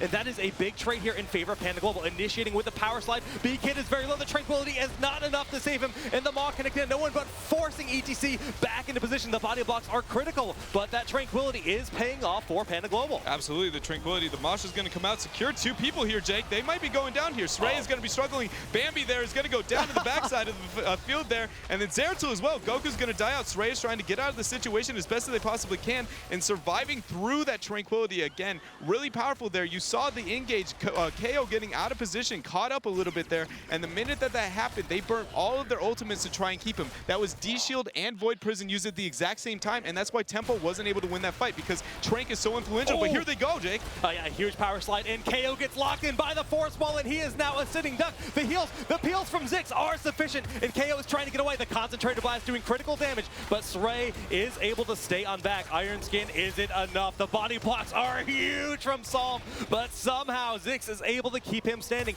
all during this big fight. There has been a mercenary camp in the mid lane, pressuring the keep of Panda Global. Yeah, it hasn't done that much because 2 of the camps have essentially died, so they haven't been able to get that much here. Tempo Storm now needing to cut their losses in this situation. John Cena will get a little bit, but it's only going to be a 4. Look at that XP on bottom. Goku sees it. He sees it's a little bit tasty. He wants to get that. That's huge for Tempo Storm. If they lost that XP, they would lose their advantage at this situation with John Cena. So by capturing this XP, this was colossal to say that Tempo Storm still, as long as they don't get picked, will be far ahead. But honestly, them contesting this 4 versus 5, Goku showed on bottom. This is a huge misplay on the side of Tempo. If they get picked here, they might set themselves far behind, Jake. They need to be careful. They're playing very passively. You see Bambi just kind of poking away at John Cena, as that is their 2 pet names. Goku just about up here. The Wisp coming in to reveal that no one's in that bush, but Psalm has been spotted. Gildan Cocktail being thrown out in the bottom left did not connect onto Goku on Zeratul, but they're pushing in hard. Soldier locked out by the Force Wall, but the focus wasn't there.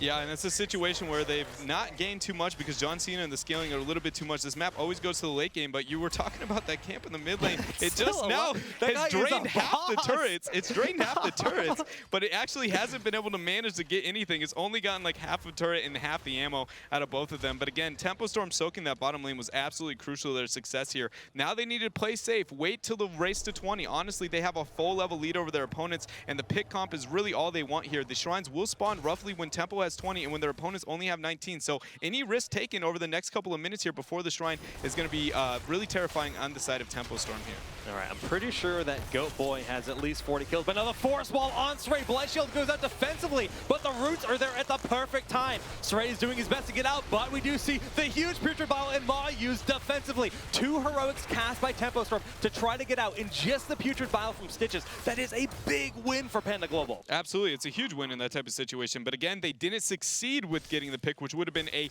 absurd advantage that they would have gotten in this type of the game. Again, the race to 20 is still lost because they didn't get in the XP. Meanwhile, Soldier and Goku on the bottom half of the map have been soaking. They have two camps now pushing in the mid lane, almost no turret to deal with it, and they're a little bit of lack of wave clear. It won't be contested, but again, they have so much pressure, and the map objective is now going to spawn pretty soon here, honestly. And look at Goku going to the upper half. They're going to have 20 advantage. Contention over this is going to be very risky. The isolation, the mosh pit, the Force Wall we were talking about. If Tempo decides to fight in this and don't properly use their 20 advantage, they might risk the game here. They don't have ultimates up. We learned 2 things right here. We learned that 1 go is better than 6. Yes. And we also learned that level 20 gives you a big advantage. And if you're able to soak and get that, it's well worth it. Absolutely. So although we saw that big focus out of Panda Global on the top, they lost so much potential soak, and now Tempo has a huge window. This Mortar Shrine, not having Storm Challenge on the side of Panda Global, is going to make it near impossible to win this fight. Yeah, absolutely. And And so this is a situation where they are going to wait out most likely to get 20 unless they get a very big hook there when it comes to Stitches. Keep in mind, no fishing hook out of him, so he does not have that huge pick potential that he would have. Instead, he's kind of a CC team fight oriented Stitches in his build. So they are going to have the ability to get on this cap, but because how long it takes, they might be able to get 20 before contestation here. If they do, expect a very, very hard engage on the side of Panda Global. 20 deep already, Jake. It might not actually be enough. They're wave clear, and Soak just being a little bit too slow here. There they go. They hit it, but is it going to be, I think it might be a little bit too late. All right, Bolt on ETC gives them a lot of options. We actually see the Hunter's Blunderbuss, I believe that is, on to Greymane, giving him a lot of splash damage from afar. And that big Shield of the Storm can, of course, keep the team alive when Tranquility's being popped. Tempo does secure themselves this Punisher in that mid lane. We saw the mercenary camps really push it out, really lower the ammunition. It's going to be hard to keep this keep alive. Absolutely. Now watch this team fight that's going to break out here. A lot of it's going to come down to 3 ultimates. We're going to see Mosh Pit, we're going to see Divine Shield, and we're going to see Void Prison. If Divine Shield and Void Prison are used at the same time, most likely the Tempo Storm will walk away having a hard time winning this team fight. Soldier's health bar is absolutely crucial here, Jake, and here they go. They have the siege. Nature's Calling is huge at this point of the game. How well are they going to be able to walk away with it? They're burning through the keep like it's nothing. Panda Global knows they can't defend it, but they want to try to find a pick here. You see B-Kid's just going to be looking for that hook, pacing around. Once the keep falls, it might provide an opportunity. Goku, is he going to get hooked? No, B-Kid just is worried about that Punisher and keeping it off their core. Yeah, and that was really good. They decided to walk away from that situation. Tempo Storm understanding that they have no potential to kill the core there. And really a smart choice there. Again, calculated decision-making coming from them. But what this does now is risk another situation where their opponents are going to be on even footing. Here we see Goku showed in the upper half of the map, so they do know everybody on the bottom half is a 4 vs 5. They are going to start the camp here on the bottom half of the map, and if they do scout it out, they aren't going to. Panda Global, you see them, they're thirsty. Yeah, they're looking for it. The Wisp has been scouting around trying to find them. They just checked the fallen, or the Khazra camp on the right side of the map. Didn't find them, but now it just does find them. But it's a little bit late. We do see the Iron Skin used very early for Saray, trying to keep this alive. Ice Block and Tranquility both being popped incredibly prematurely in this battle, and they can just disengage from here. Absolutely, and then they're going to wait for the prime example of prime situation to re-engage. Void Prison, wait for it. Goku is going for it, but he risked it. He's getting stunned. The VP on 3 targets. Is it enough? D-Shield to get him out. 2 heroics have been spent. Stitches popping the future battle in the back. I hear them yelling. Goku's able to blink away and a big maw on the mouth to deny those heals. But can they get a target in time? Goku flies on in. The heals from Aquaface, and he gets picked off early. A huge start by Panda Global. Soldier getting it very low, but the shrink rate is there on Big Impact, denying him his juicy target, Bambi. Force Wall just onto Saray. Not enough to burn him down, but the power slide does connect. But he has to immediately back on out. Again, that was a situation where we saw Void Prison and D-Shield were used at the same time, and it's really hard to get away with that. You see them dancing. They do get a lot of spread poke. This is Lunara's late game spike. She's ripping their team apart. There is no Tranquility to be able to heal it up at this time, and they're trying to make something happen. Meanwhile, in the mid lane, a camp has been pushing with 2 catapults. It will get away with the shields here, I believe, but not much. Note, the camp does actually die there before that case, so they aren't going to even get an advantage anywhere there. But Goku had the right mentality there, right? He went in and he was trying to get a Void to force the fight, but the only problem was that he risked his positioning because he hesitated on the Void to the point where his team no longer had the advantage, and they stacked their cooldowns once more into a situation where they're no longer in the lead. And now this Shrine, we have 30 seconds on Void Prison, so there's going to be a 20-second gap here on when Void Prison is no longer up, and the team fight might be able to break out here, Jake. It's just going to be so tough because the lanes are so pushed out. So I think Tempo Storm should be safe here. They got a couple mercenary camps. The lanes are completely pushed out. They have to be worried about that mid lane because of the catapults. The shield did take a lot of damage, now recharging on the side of Panda Global, but Tempo is going to get another big lead here, and this time it's an Arcane Punisher. When it comes to these fights when you have those tethers just spinning around doing huge damage to your team, it's like playing Diablo 3. Suddenly you have to worry about dodging all these things on the map. Yeah, absolutely, and they're going to have the camp sieging up in their favor a little bit here too, so you can probably expect the team fight. There's the site, wait for the site go down, and then look for a good harassment here. The map objective now that you see the Shaman camp pushing in their favor, they're going to take a while to clear it out. Expect Goku to get a poke here, whether it be on Tassadar, Stitches, Greymane, or Mouth, anybody but ETC there, but if he gets out of position, it's going to be really risky. Here's the fight here, Jake. Yeah, you see Psalm waiting for that flank, but the moment that Saray steps on in, that's just signals Goku and Soldier to do some damage. Bolt has to be used by KO with a big hook on Beacon, but 16 seconds before that ability is back in action, and Goku once again being very patient on the bottom right side. Void Prison, it is in fact ready. Thorn, everything's good and ready to roll on the side of Tempo, and we do see that Force Wall once again back in action, but they force Tempo back. You saw a situation, though. We just saw Bolt use on the side of ETC. Rewind was used on the side of Goku there. So now we see that both of those, and we're going to miss their 20-tier advantage. And honestly, I feel like Rewind is absolutely absolutely crucial when it comes to the picks, but that Bolt as a counter mosh is going to be crucial too. So how this is going to play out for this 20 team fight, Jake, how well they're going to be able to use the fact that their opponents do not have the same advantage here is going to be crucial. So Sray moving in, trying to force this team fight, Jake. Yeah, a little bit risky. See, Goku again with the poke. This is going to be absolutely crucial. Yeah, they're trying to get Tranquility to be used early, but Akaface Yes. is being very hesitant on using it. He knows that Tempo can really take the advantage if that happens. But Tempo this time managed to get Panda Global off of the Shrine. They did manage to collect 19 of those skulls, and the catapults are going to become an issue in that mid lane as the shields are starting to get chunked down. Once again, 3 full catapults have built up. So this is kind of like a timer that Tempo has put on their opponents from that early keep they grab. Yeah, but how this map works is they shouldn't actually be able to threaten the core that much, at least for a long period of time. It's not going to burst it all down at once. Goku going in, not getting any harass with that blink. That's a long cooldown that he's going to be missing there. Saray's going to force it. Keep in mind, Void Prison hasn't been used, and he has no blink to get the advantage on his mobility. Saray's going to back out there. I like that call, but Tempo Storm's health bars are significantly lower than their opponents. This is very risky. The poke from Greymane. They do have Indestructible, and they do have Redemption, so they do have something they can use to their advantage. Saray might be popping that Indestructible right now to stay alive. There it goes. So Johanna, that's a huge cooldown. That Panda Global just made it out, and wow, that Gilnean cocktail almost took him out. Absolutely. Now Tempo Storm realizing that they can't deal with this situation, dancing around a little bit too long, understanding that they have nothing left here. They're going to make a risky rotation here and try and take the Shaman camp. Whether or not they're going to be able to get away with this, I don't know. It looks like they're gonna. All right, so they do get the camp. It's not going to really gain them anything. All right. But it's not going to. It essentially is a deny from their opponents there. They're going to wait. They were going to try and stack those 2 camps there. So the deny there with the Immortal, they were going to stack them together. Shaman and Immortal will no longer be synergistic here on the side of Panda Global. But realistically, Tempo, a lot of it just comes down to they have the comp to win this game, but their execution just seems a little bit off. All right, so Tassadar has actually been holding out on grabbing the last Skeletal Defender to grab this Arcane Punisher. And this is so that they can go back, get some mana, and maximize their push. They know they have the time to just wait it out. There's no necessity to get this Punisher as fast as possible because they'd rather have the biggest push that they can get. And see, Tempo Storm now is making a really smart call, in my opinion. What they're doing is they're threatening core, and then Tassadar sighted, and now they're going to back out and get free clear on John Cena. That was honestly, that shows an experienced team right there, some kind of call like that, where they have the double pressure on the core, and instead you just bait it over. Now John Cena, instead of risking a 5 versus 5 on their keep, by fake threatening the core there, what they do is they put themselves in a situation to where now, guess what? We get free clear. You're not only not going to be able to win the game here, but you're not even going to get a keep out of the situation. It's huge. Yeah, so, no, that was great shot calling out from the side of Tempo Storm. It was really well done on their half, understanding their lead. And now, how will they take this team fight again? The D-Shield, the Void Prison, how it plays out here.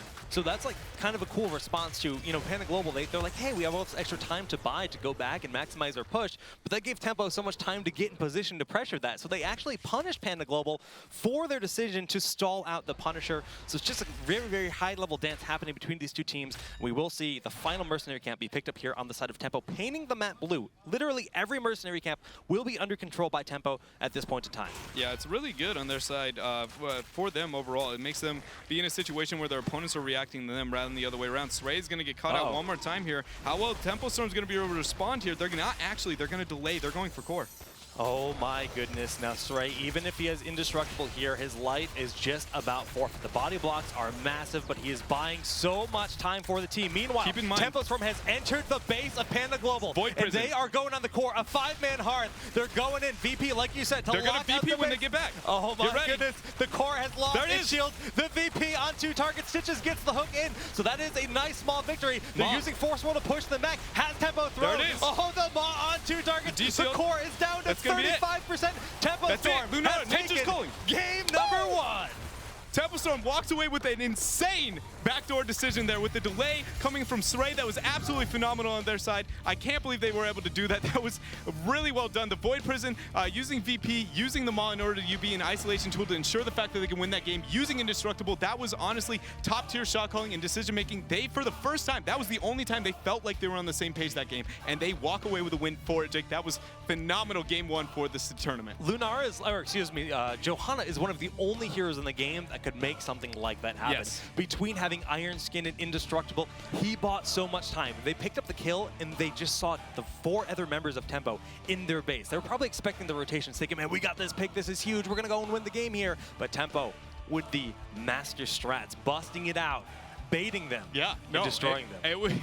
It was one of those things where they made a call that was very high risk, high reward. It was, if you notice where they decided to make that call, they took it all the way from their Shaman camp. It's not like Tempo was sitting on the other opponent's side of the map and they're like, oh, just go core, just go core. They're all here. It was legitimately, they were within reason to be like, we can reasonably react to what Tempo Storm, or what their Panda Global is doing right now. Void Prison has started a fight where we're on the back foot, but they don't here. And here you see Void Prison coming out here. That was a huge turning point when it came to this game. A lot of it came down to whether or not Void and Uther's D-Shield were used together here, Jake. Yeah, I mean, we saw countless times just the VP and then the follow-up of the Maw and the follow-up of the Blessed Shield, that staggered control. When it was used effectively, Tempo Storm was really dictating the pace of the fights. They had better control of the shrines in general. I think they got almost double the number of Punishers as the side of Panda Global, and this pressure from the mid-keep that they had early really did add up nicely for them, but then it all came down to that bait of Srey in the top lane, enabling Tempo to pressure the core and burn it down. And that secured game number 1 in their favor. Absolutely, it was phenomenal play on their part. And again, they had the composition to do it. A lot of it came down to, you can't just make that call whenever you want. Like, a lot of it came down to VP, Maw, and Uther. Those are some of the greatest tools that you can have on that situation to walk away with a win, to be able to Void, to be able to Mod. The isolation, then Uther is a great tank, because not only that, like when you're like, okay, we'll kill the guy who's taking the core, but then Uther goes, nope, Chuck Tesla, level 20, I'm just gonna come back to life. So you kill him, he heals his team even better than if he was alive, and then he comes back and he's still got D-Shield. You're like, how do we do this? He's one of the best core rushers in the game, so they had a perfect comp to do it and capitalize flawlessly at the end of the game. Well, the power of the draft there on Infernal Shrines, I mean, we know that's a big map for Panda Global, but Tempo, of course, can bring it back, taking one of their primary heroes on the side, Lunara. Of course, we know Panda likes Lunara a lot, but they did have Stitches.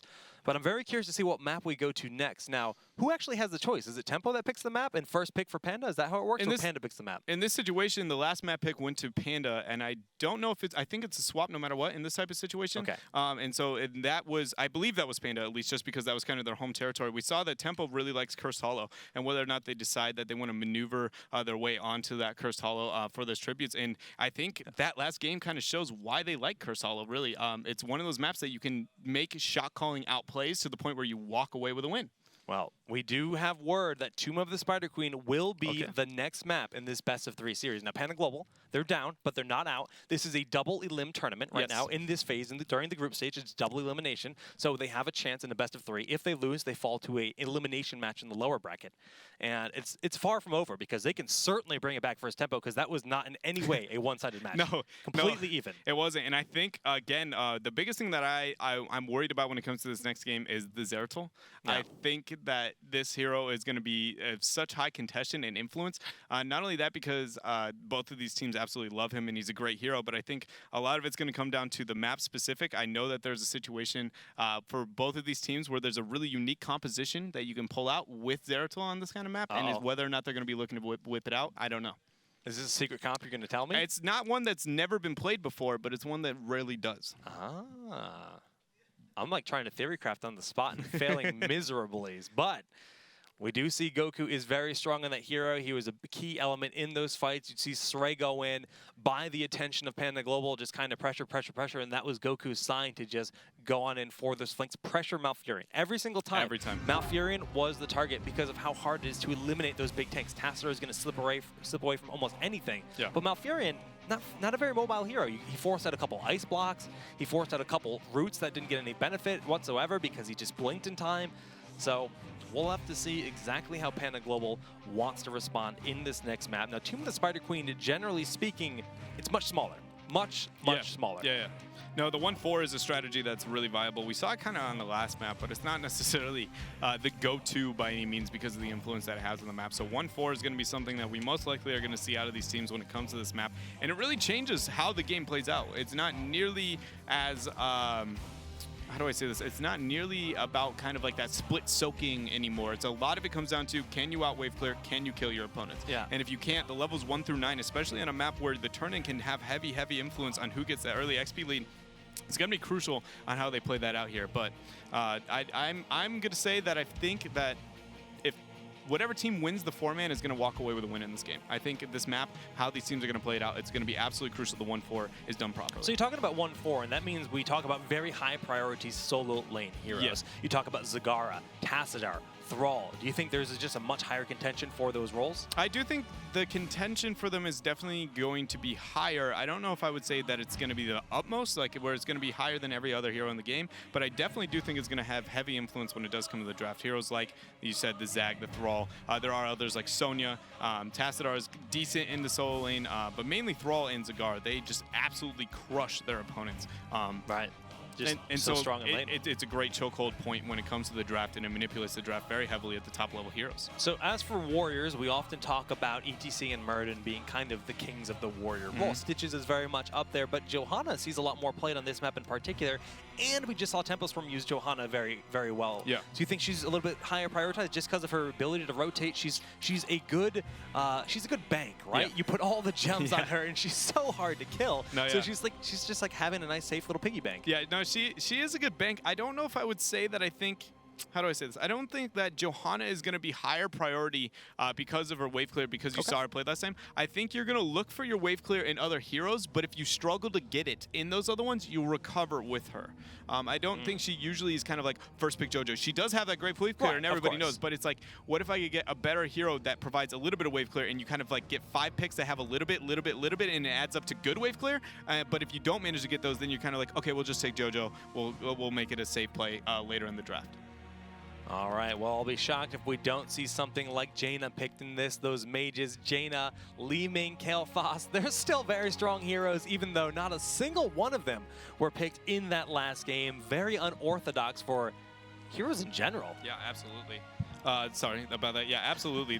The heroes, everything about kind of this draft and this draft, the next draft, like I said, I think this whole tournament is going to be a little not what we're used to. I really do think that we have, within this tournament, we see it in almost every level of competitive play when all the top teams get together. It kind of, what we knew and held true and knew what we thought we knew about the game just goes out the window.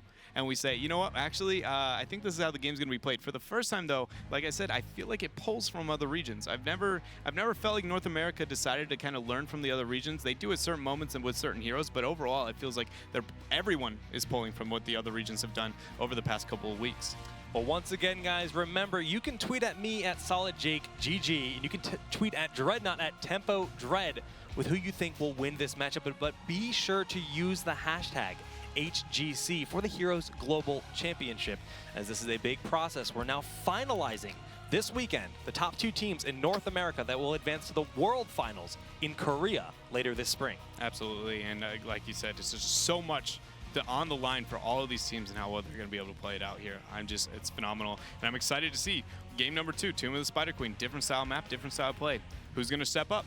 Panda Global, like, are they going to pull out a pocket here? You were talking about it earlier. Like, is this the time? Are they going to wait it out? They've got their serious faces on. I mean, yeah. You can see licking their lips in anticipation for this draft, thinking about Brightwing Akaface. That's just all he does. He dreams and thinks about that hero.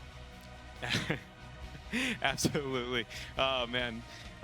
And Udal, I think, is going to be really influential when it comes to the rest of this draft again, because on these smaller maps, we know that he is prioritizing some of those melee assassins. I personally remember him from Kerrigan way back in the day when Kerrigan was kind of a go-to. He was a big player there, and on the smaller maps, those type of heroes become far more relevant than on the bigger ones, just because the ganking and the kill potential is far different. She does struggle in the wave clear, which is why people kind of pull away from her, and she's not necessarily the great in the later half of the game, but Kerrigan, just in general, if you dive in and you miss your combo, she's a sitting duck. Good night, my sweet It's prince. such a huge risk for the hero. I mean, even with the siphoning impact and for the Ravage build, her lane clear gets better, but it's still so risky because it's just the combo, and especially with the cleanse change too. Yeah, it's kind of a big nerf to her. No, even if it's like a 1 minute cooldown, it's still. You just cast cleanse. I mean, yeah, it's one of those things that like the entire meta chain CC comp, or meta just died, not died, but got hurt definitely because of cleanse changes. But we do see right out the gates what I was talking about, Zeratul. I think it's a key point for both of these teams, and they open up with a ban on Panda Global. I mean, we call that a respect ban. They saw the power of Goku, and they're just like, no. I don't think it's a respect when they both want it so bad, but they're not. What they just said is we're not confident. Not so much confident. We don't think he's good enough to first pick. We don't want to first pick him. at all, is what they said. But like, because we know you're going to take it in the first rotation, so we're just going to straight up ban it out there. So like, it was respect, but you know they want it just as bad as Tempo. So no Dark Templars and no Ray Gods. The Wolf Master himself is gone. And Zag, yeah, early, I mean, just early presence for, you talk about Maw being very good, but push is very good, and presence, just the vision you get from Creep Spread is invaluable on any map. Absolutely, and again, we're talking about those dominant solo laners. She's one of them. I wouldn't be surprised if we saw a little bit of prioritization on Thrall. It's going to be, that is the only thing that I think is existing still in the North American meta that isn't pulling from the other regions. Is Thrall almost sees zero play in certain parts of the world. Whereas in America, or North America, it's one of those things where a lot of people definitely pulled to it there. So I don't know if I see it this early in the draft. I definitely think wave clear. Oh, there he is. Well, you know, hey, you know, I the guess. War Chief. I guess. No, I mean, Thrall, there's two real ways to play him, two common ways at least, a very defensive style, and then there's the whole poke with Chain Lightning and go for Wind Fury in 13 and 16 to have that big, heavy burst. So they go for the match made in heaven. There was, when they released these two heroes at BlizzCon 2 years ago, they actually were on a poster together. I think Thrall and Jaina are actually like secret lovers. It could be the case here, but Panic Global with the response, I really do like the Mage. She provides wave clear Jaina, and then Thrall, again, great in the solo lane, not willing to risk that getting banned out, but I wouldn't be surprised if we saw a very heavy-oriented kind of Tassadar. I want to say Tassadar style play out of them. It does pull away a little bit from Panic Global's damage, but it's something. There it is. And Sonya. Well, Tassadar twice in a row now. Talk about a lot of control. Once again, Panda Global just prioritizing control in general. They want to have so much of that. And yeah, Sonya, she's just so good at fighting over the shrines, being in your face. Tassadar Sonya is a match made in heaven. And she's a good bank. We talk about heroes like piggy bank heroes that are just good at holding a lot of gems. With Rhaegar being banned out, obviously she's a big priority, but they could go for Johanna this early as well if they're feeling it. Absolutely, but just the only reason I feel like Sonya is going to be something that they're looking for is mainly because when you ban Zeratul and you pick Thrall on your opponent's side, there's not too many melee assassins that are necessarily relevant left. You can run a double tank, which we saw last game. It's not like they need to, but if they do want one, I feel like this is going to be the stage where they decide to pick it. They can also, like you said, Johanna's not a terrible pick in this situation. Any form of wave clear of any kind is honestly a nice pickup when it comes to the Panda Global's comp. Yeah, in the past, we'd see a lot more Leoric prioritized, but he's really fallen off, especially in North America.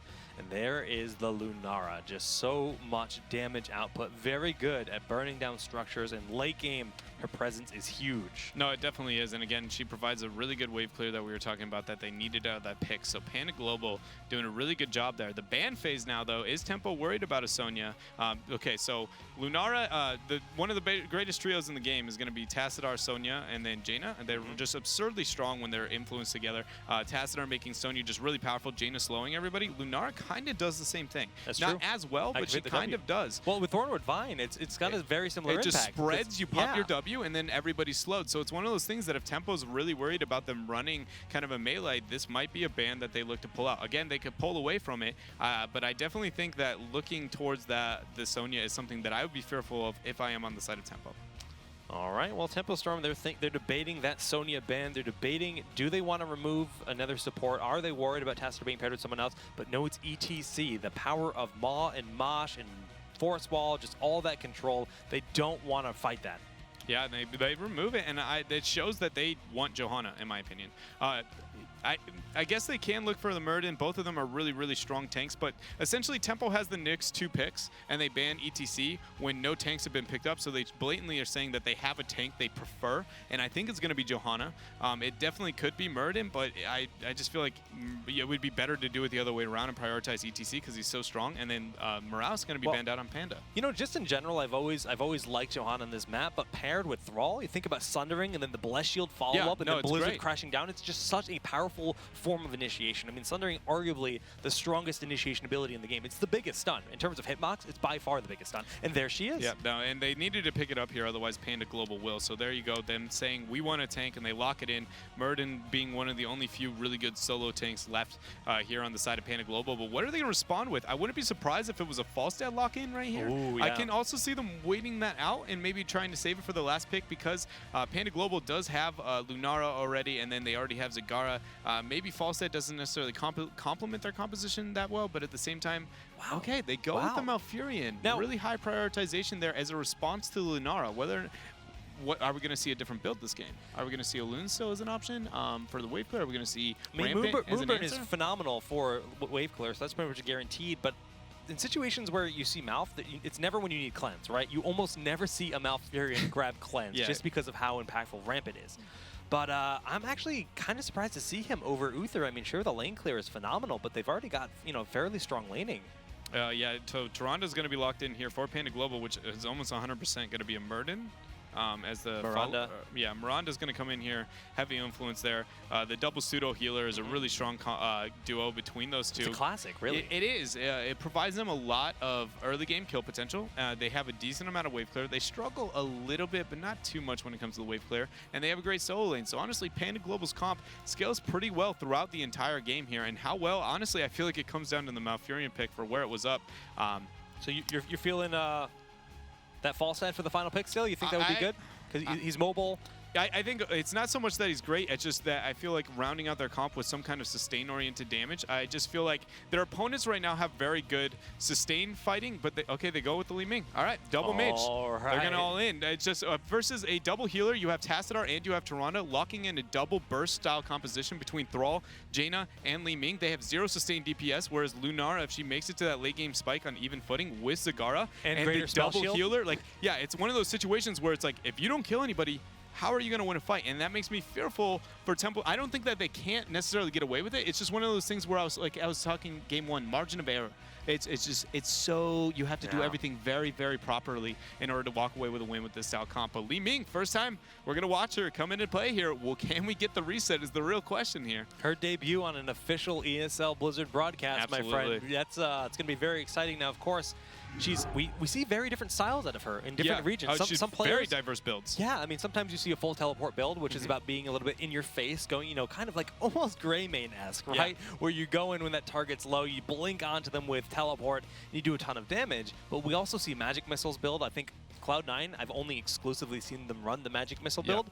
But for Tempo, I'm not too sure what to expect, honestly. I think a lot of what the teams are going to be doing is it comes down to your team's composition and your opponents. I don't think it's very much like, well, we just like this playstyle. There might be a little bit of that, but a lot of it comes down to what do we need right now, right? And so, for instance, if you are against a very damage-oriented, you have no ability to survive, running that teleport build because they're going to dive you gives you not only the survivability, but very secure damage, whereas the Q-oriented build is going to be a lot harder to lock that in because the missiles at a close range, it has a higher chance of missing versus at the longer one. So it's one of those situations where you definitely, your build is going to be very, very diverse here. I don't know what I expect to see in this type of situation exactly, but a lot of it's going to come down to, I think, how well the early first 5 seconds of the team fights is going to decide who walks away with a win in this game, Jake. Well, B-Kid on his legendary Muradin, Salmon Tyrande, that pairing is so strong. We got Michael Udall playing Zagara, big impact on Lunara, and Akaface playing Tassadar.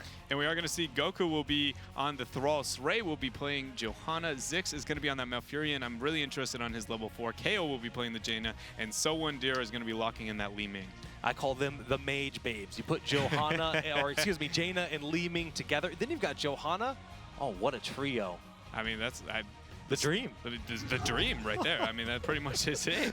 But it is going to be interesting. Like I said, the first 5 seconds, I think of every team fight, how well that Tassadar shields, how well the Tyrande gets a little bit of the healing here to try and deny those early kills. Because, again, if you let the reset go through here, it's going to be rough. Alrighty, guys. Well, we are loading in onto game number 2 on Tomb of the Spider Queen. And Panda Global will be on the blue side, the left side of the map. They're wiggling around. They're getting their APM up in this game. And right out the gates, we need to question who has a better level 1. With Miranda and a Tassadar, typically you're going to have the most dominant level 1. It doesn't mean you're necessarily going to walk away with a kill, but you sure aren't going to lose the situation here. So how Tempo Storm reacts to this situation, they know that Zag's going to want to lay some creep on the bottom half of the map. It's really going to be interesting to see how they play it out. Again, Johanna's Iron Skin as well is going to be crucial to how well the wave clear pulls through. If she misuses it one time in this game, she might be one dead JoJo. That is true. You got to be very careful. Save that trait until you absolutely need it. With so much lockdown on the opposing side, need to be wary. So we do see heavy presence in the mid. Zagara rotating up. The orb doing a lot of damage to B-Kid, but the shields to sustain from Tassadar. no one's going to go down. Just a bit of trading of abilities here at the start. Looking at level 1, anything interesting to you, Dreadnought? Power Hungry is going to be picked up by Soldier because they're running that 1-4, so a lot of globes are going to be picked up on the side of him, and it does give him that 20-second spike advantage where his ability power will be stronger and ensure kills. There you go. See a little bit of free harass there. Other than that, everything, Jaina's going to lock in actually a Conjurers again to try and complement that globe-oriented play. I don't know if I totally agree with that one. I don't think it's bad, but I definitely don't know if I think it's fully min-maxing the situation as best they possibly could. But again, like I was talking about, that 1-4, Soldier actually getting harassed on the turrets here. I absolutely love this play here. Not fully committing to the 4-man, just using him to take out free front walls. That range is Look at the huge. damage done to the towers already. It's actually just critical. All right, well, a nice bit poke there, but Sray taking a lot of damage. Hunter's Mark was cast, but the response is there. Soldier with a perfectly placed Blizzard, really forcing back Panda Global. Yeah, and you see in the mid lane, they're just still skirmishing everywhere, but Psalm. Soldier hitting all 3 of his Qs there, getting a lot of damage. The stun coming out in Sray, but I don't think it's going to be enough. Keep in mind, if Psalm overextends a little bit, all it's going to take is 1 orb from Soldier, and they're going to be getting the reset as quick as they can there, and bam, going back to the 4-man rotation as best they can. Soldier staying on mid and looking to get that harass. So stylistically, Panda Global has far more vision. You think of Oracle, Creep Spread, and then Sentinel with a full-on Pierce and power build is going to give them a ton of vision and ability to interrupt the turn-ins if they're in those situations. But Tempo Storm, they've got a very powerful initiation as well, and even if we do have full vision, Sundering can just disrupt all of your plans. The root's not quite connecting on Psalm, so he's going to be A-okay. Yeah, and it's one of those situations where that is the case where they're going to be able to get these 4-mans as best as they possibly can, and the site prevention for the turn-ins is absolutely crucial, like you were talking about. But a lot of it, by the way, they also have Tyrande, who most likely is going to get Pierce to interrupt that as well. So they do have a lot of delay, like you were talking about. But if you're so far behind that you can't even take a team fight, there's the Pierce we were talking about. It essentially doesn't leave you. It leaves you in a situation where it doesn't matter how much you know your opponent's turning in. If you can't stop them, who cares, right? So that is very crucial if they're on even footing. But keep in mind, if they fall too far behind, it's not going to be as easy here. And so you do see an orb going to be picked up here. Orb talent level 4 there. Triumvirate. Yep. That's a cooldown reduction. I mean, as long as the orb travels 65% of its maximum range, it will reset the cooldown by less than half. Oh my goodness, you see the damage from the orb there. Soldier can't quite get the next cast out due to that Stormbolt of B-Kid. A nice sustain there, knowing the threat the orb presents. Yeah, absolutely. And one thing to keep in mind is a lot of Soldier's positioning is going to be crucial here. Because of the orb damage and also the reset situation, they need to make sure that he kind of not necessarily directly flanks. Meanwhile, Goku in the bottom lane, let's go. Miranda getting the flank. The dog saving him, dodging the stun here. Is it going to be enough? No. He will barely go down there. The gems will not be lost there, though. KO will back out and look to pick those up. I learned something new today. I learned that Doomhammer is actually very bouncy when you get exploded as Thrall. So that is some great knowledge to have here. Blizzard with Snowstorm will clean up that lane very effectively. Sray just trying to keep mid pushed out. Michael Udall without level 7 doesn't necessarily have the most powerful lane clear, but level 7 is not far away. And we did see that Rampant Growth was not picked up. Elun's Grace instead is going to be picked up by the Malfurion here. So same situation as the last game there, where the Q outside of the Tranquility not going to be as effective. Keep in mind though. Oh no, KO getting picked way off. 15 gems on the ground, but Goku able to trade it. This beautiful collapse from Panda Global not paying off as Tempo has a quick rotation. Saray taking a bit of damage in the back, but B-Kid, his life is forfeit. The problem is the Tempo's losing a lot of XP, and not only that, a little bit of the turn-in there on the upper half of the map. Man. They do go 1 for 1, but they lose the turn-in for that sake, and a little bit of XP. Not the end of the world when it comes to either team. They made a little bit of a aggressive rotation. Didn't get too big of an advantage, but both teams are going to be kind of sitting exactly where they were, minus not getting the turn-in on the side of Tempo. But Ken, Soldier, you see him getting that harass everywhere that he possibly can. Yeah, so Seeker has been picked up here on Li Ming. That's going to give a lot of additional burst for that hero. So obviously just watch out for that. If all 3 magic missiles hit, you basically get another missile worth of damage. Yeah, and again, like I was talking about, his positioning, being at that kind of like 45-degree or 90-degree angle on the team fight, not being straightforward so his W doesn't hit tanks is going to be crucial to the success of getting the team fight for him. But Sray getting caught out a little bit there without his passive there. Hunter's Mark is just so powerful. I mean, Johanna, we talk about how tanky she is, but the moment you throw that 25% damage amplification on that target, it doesn't matter if you're a tank or an assassin. Yeah, no, they all just kind of seem to, their health bars just drop instantly here. But you do see the rotation going to be the upper half. That's going to be a a front wall during the first turn-in here on the side of Panda Global, but realistically, they because of the harass coming out from Soldier, they don't walk away with a very big XP lead at any front here. No. They're almost dead even here, and that was a large amount of gems going to be turned in there, so no advantage going to be picked up on the side of Panda Global, even though they did burn their 50 gems. Generally speaking, when you turn in your gems, you're trying to get the advantage for level 10. And if Tempo Storm manages to turn in, they're pretty much guaranteed that advantage. So right now, we do see just great posturing, great presence, controlling the turn-ins on the side of Panda Global. The creep spread is here in the bottom. We've actually got Salmon B-Kid just lurking and waiting for someone to poke their head out. And we do see the rest of the team is making sure they have eyes on the top portion. But Sray pops that Iron Skin a little bit far forward. Yeah, he is getting body blocked by B-Kid, but no, with the team of Tempo rotating up, the Wolf goes out, actually does connect on Michael Udall, and Psalm is getting very low. Sray, can he connect, get the kill? No, Blizzard not enough. The roots placed beautifully, but it is a full disengage from Panda Global, and Goku will get the turn-in. Yeah, that's really good on their half, honestly. That's exactly what they need with Tempo. They are going to maybe possibly re-engage here. It will be a 5 versus 5 at this type of situation. Again, all the W's coming out from Soldier. Notice how he sits not directly in the team fight, but kind of flanking. Whether or not he gets caught out with the Tassadar's Oracle there later half the game is going to be crucial. But now, honestly, pretty much dead even footing from both of these teams. Okay, well, we saw Li Ming poke that one tower on top, but he's in a bit of a spot where he needs to be careful. If he gets collapsed on, it could be very dangerous, but Ziggs is here for the support, and actually Tempo now rotating up with KO as well. They want to burn through these towers quickly and then get the rotation, but their mid-web weaver is just mincemeat, getting burned down by Panda Global. Yeah, and the race of 10 is going to be barely won here by Tempo Storm. They're going to rotate to the upper half of the map, and we'll have 10 advantage for only a couple of seconds. Whether or not they're able to capitalize on this, you do see Sray getting aggressive, but Tassadar's a very hard target to get a kill. And they're going to use this to try and ensure the fact that they get a fort. Goku on the bottom half of the map still getting that 1v1, so they are going to lock in one fort advantage here. But again, both of these teams, it's not like anybody's walking away with the game quite yet here.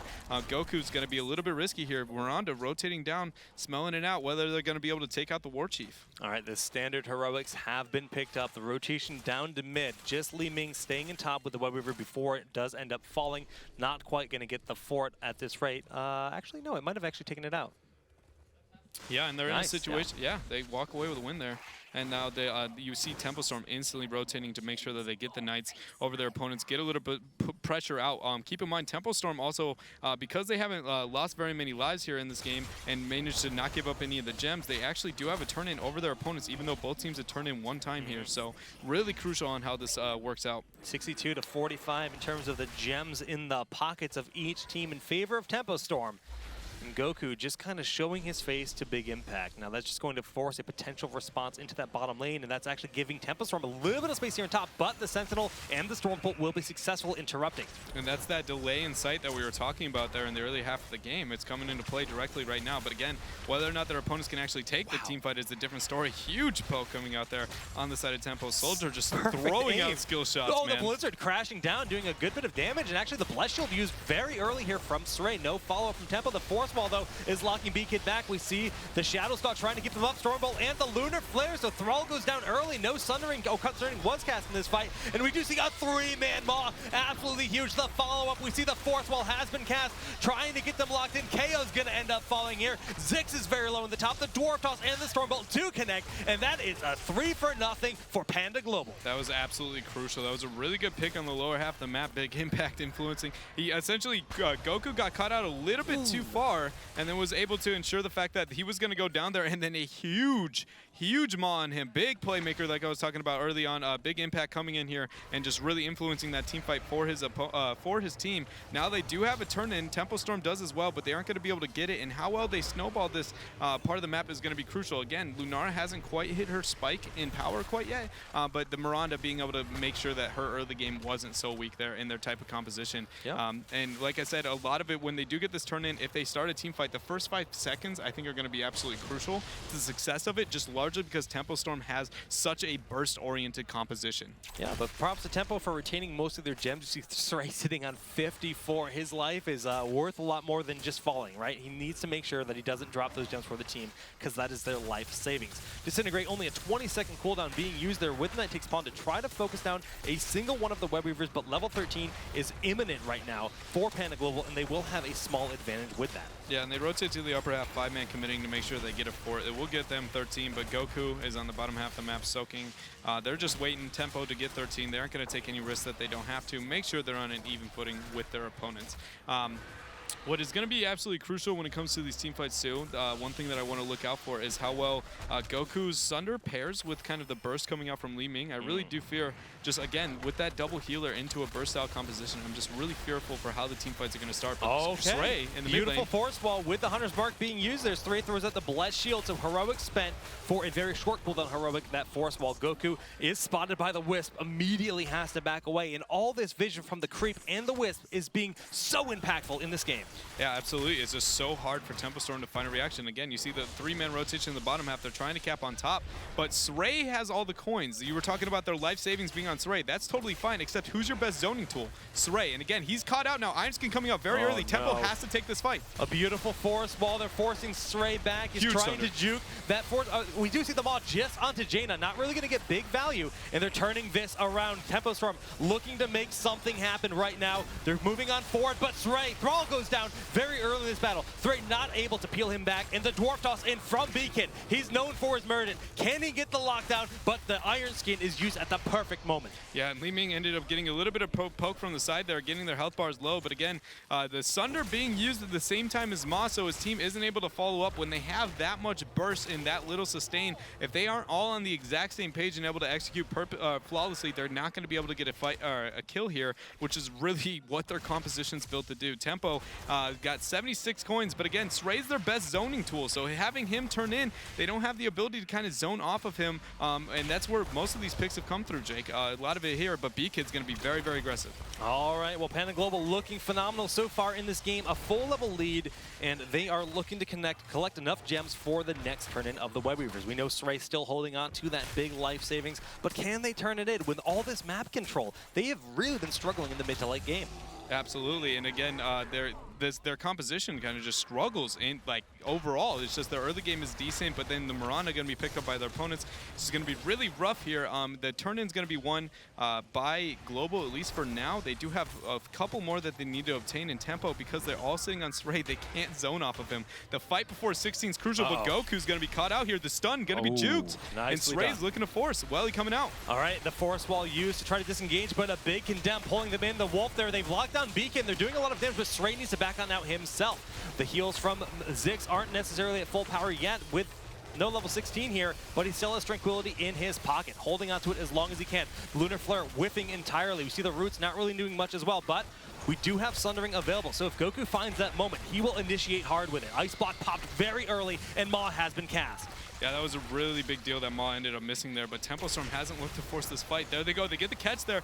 Keep in mind, when the Sunder comes out, Sunder and Trank at the same time, if they force this fight all at once, they might stand a chance, but 16's almost reached. Goku caught out of position. Lunar Flare connect. Tranquility way too late and no Sundering cast. The Roots will do absolutely nothing, and Tempo Storm is in a terrible position. The Ice Block is keeping Ziggs up for a moment, but it's just a temporary sustain as he will get blown up very quickly here. Trying to slip on into the shadows, but the Stormbolt and Psystorm are just too much, and KO will fall as well. Panda Global, with the patience, takes a huge fight, dropping a lot of gems off Tempo. Yeah, and it's going to be interesting to see whether or not they decide to try a boss at this type of situation. They don't have enough coins quite yet. Okay, they are going to wait it out here.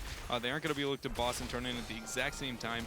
But again, a lot of that came down to just Tempo Storm with that sustained DPS that they lack. And they aren't getting the poke exactly that they need. Getting caught out a little bit, and then all it takes is that, and they aren't turning and forcing the fight together. I really would like to see on their half to try and make a comeback in this game. They need to be using Sunder and Trank kind of moving in all at the same time, but they keep staggering kind of their ultimates, and without that sustained DPS that you see coming from that Lunara kind of late game and the Zagara, they just have no chance unless they all move in together. Yeah, now we're talking 16, just about 17 to level 15 of Tempo Storm. Panda Global looking to bring us to a game 3. That Ranger being picked up on Sentinel hits so much harder. If that Owl travels a long distance, it can chunk through your health bar. You wouldn't expect a support to hit that hard. Definitely would not, but here the Web Weavers are going to be turning in. Keep in mind, Tempo's still not 16. They're going to do everything they can to not lose a keep here, but without the 16, if they force a fight on their opponents, they're going to have a bad time. Trank's still 10 seconds before it's going to be up here. The front wall is inevitably going to go down. Bottom four is going to be going down as well. And this is going to be what looks like a 2-level lead right now. Might be shifting to a 3 if they manage to force a fight on Tempo. All right, well, this is a dire situation without level 16. They're just trying to burn through the Web Weaver as safely as possible without actually committing to a fight. As you mentioned, that fort is going down. Top Web Weaver really pressuring the top wall on top of it, so this is not really ideal, but Panda Global taking it very safely. I have to commend them for not overcommitting to this. Yeah, no, they're playing it really smart because Tempo doesn't really have the engage that they necessarily need. And KO rotating to the upper half of the map, making sure that he gets that clear out, and the bottom are going to be pushing. I wouldn't be surprised if KO actually looked to get a flank at some point up here or force this fight. I don't think they're going to give up this keep. The minute that they hit 16, I think they're going to look to force.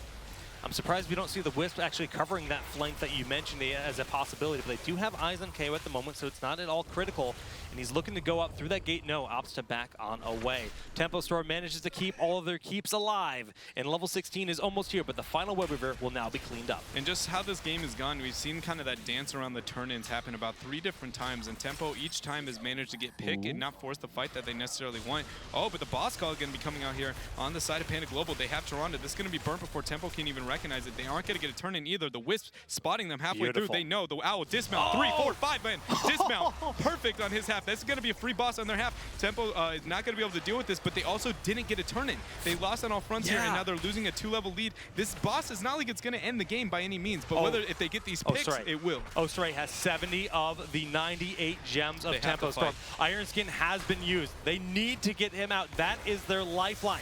A combo going in with the Hunter's Mark. A huge sundering, separating the team, and that is a big pickup for Tempo Storm. The Maw just on the one hero, gonna buy them some space, and they're trying to set it up. Zix is gonna keep them alive. Right now, B-Kid able to back on away, and it looks like it's just the one pickup, but this boss has made it to the keep. Absolutely, and that was a really good job. For the first time, we saw Tempo sunder and actually initiate as a team there. Maybe a little bit of misplay trying to get onto Sray there and not confirming the kills. They do walk away by getting a night camp and losing one person. Not the end of the world, but if Tempo... Okay, so we were talking about kind of that delay in that site that we see on the side of Panda Global, right?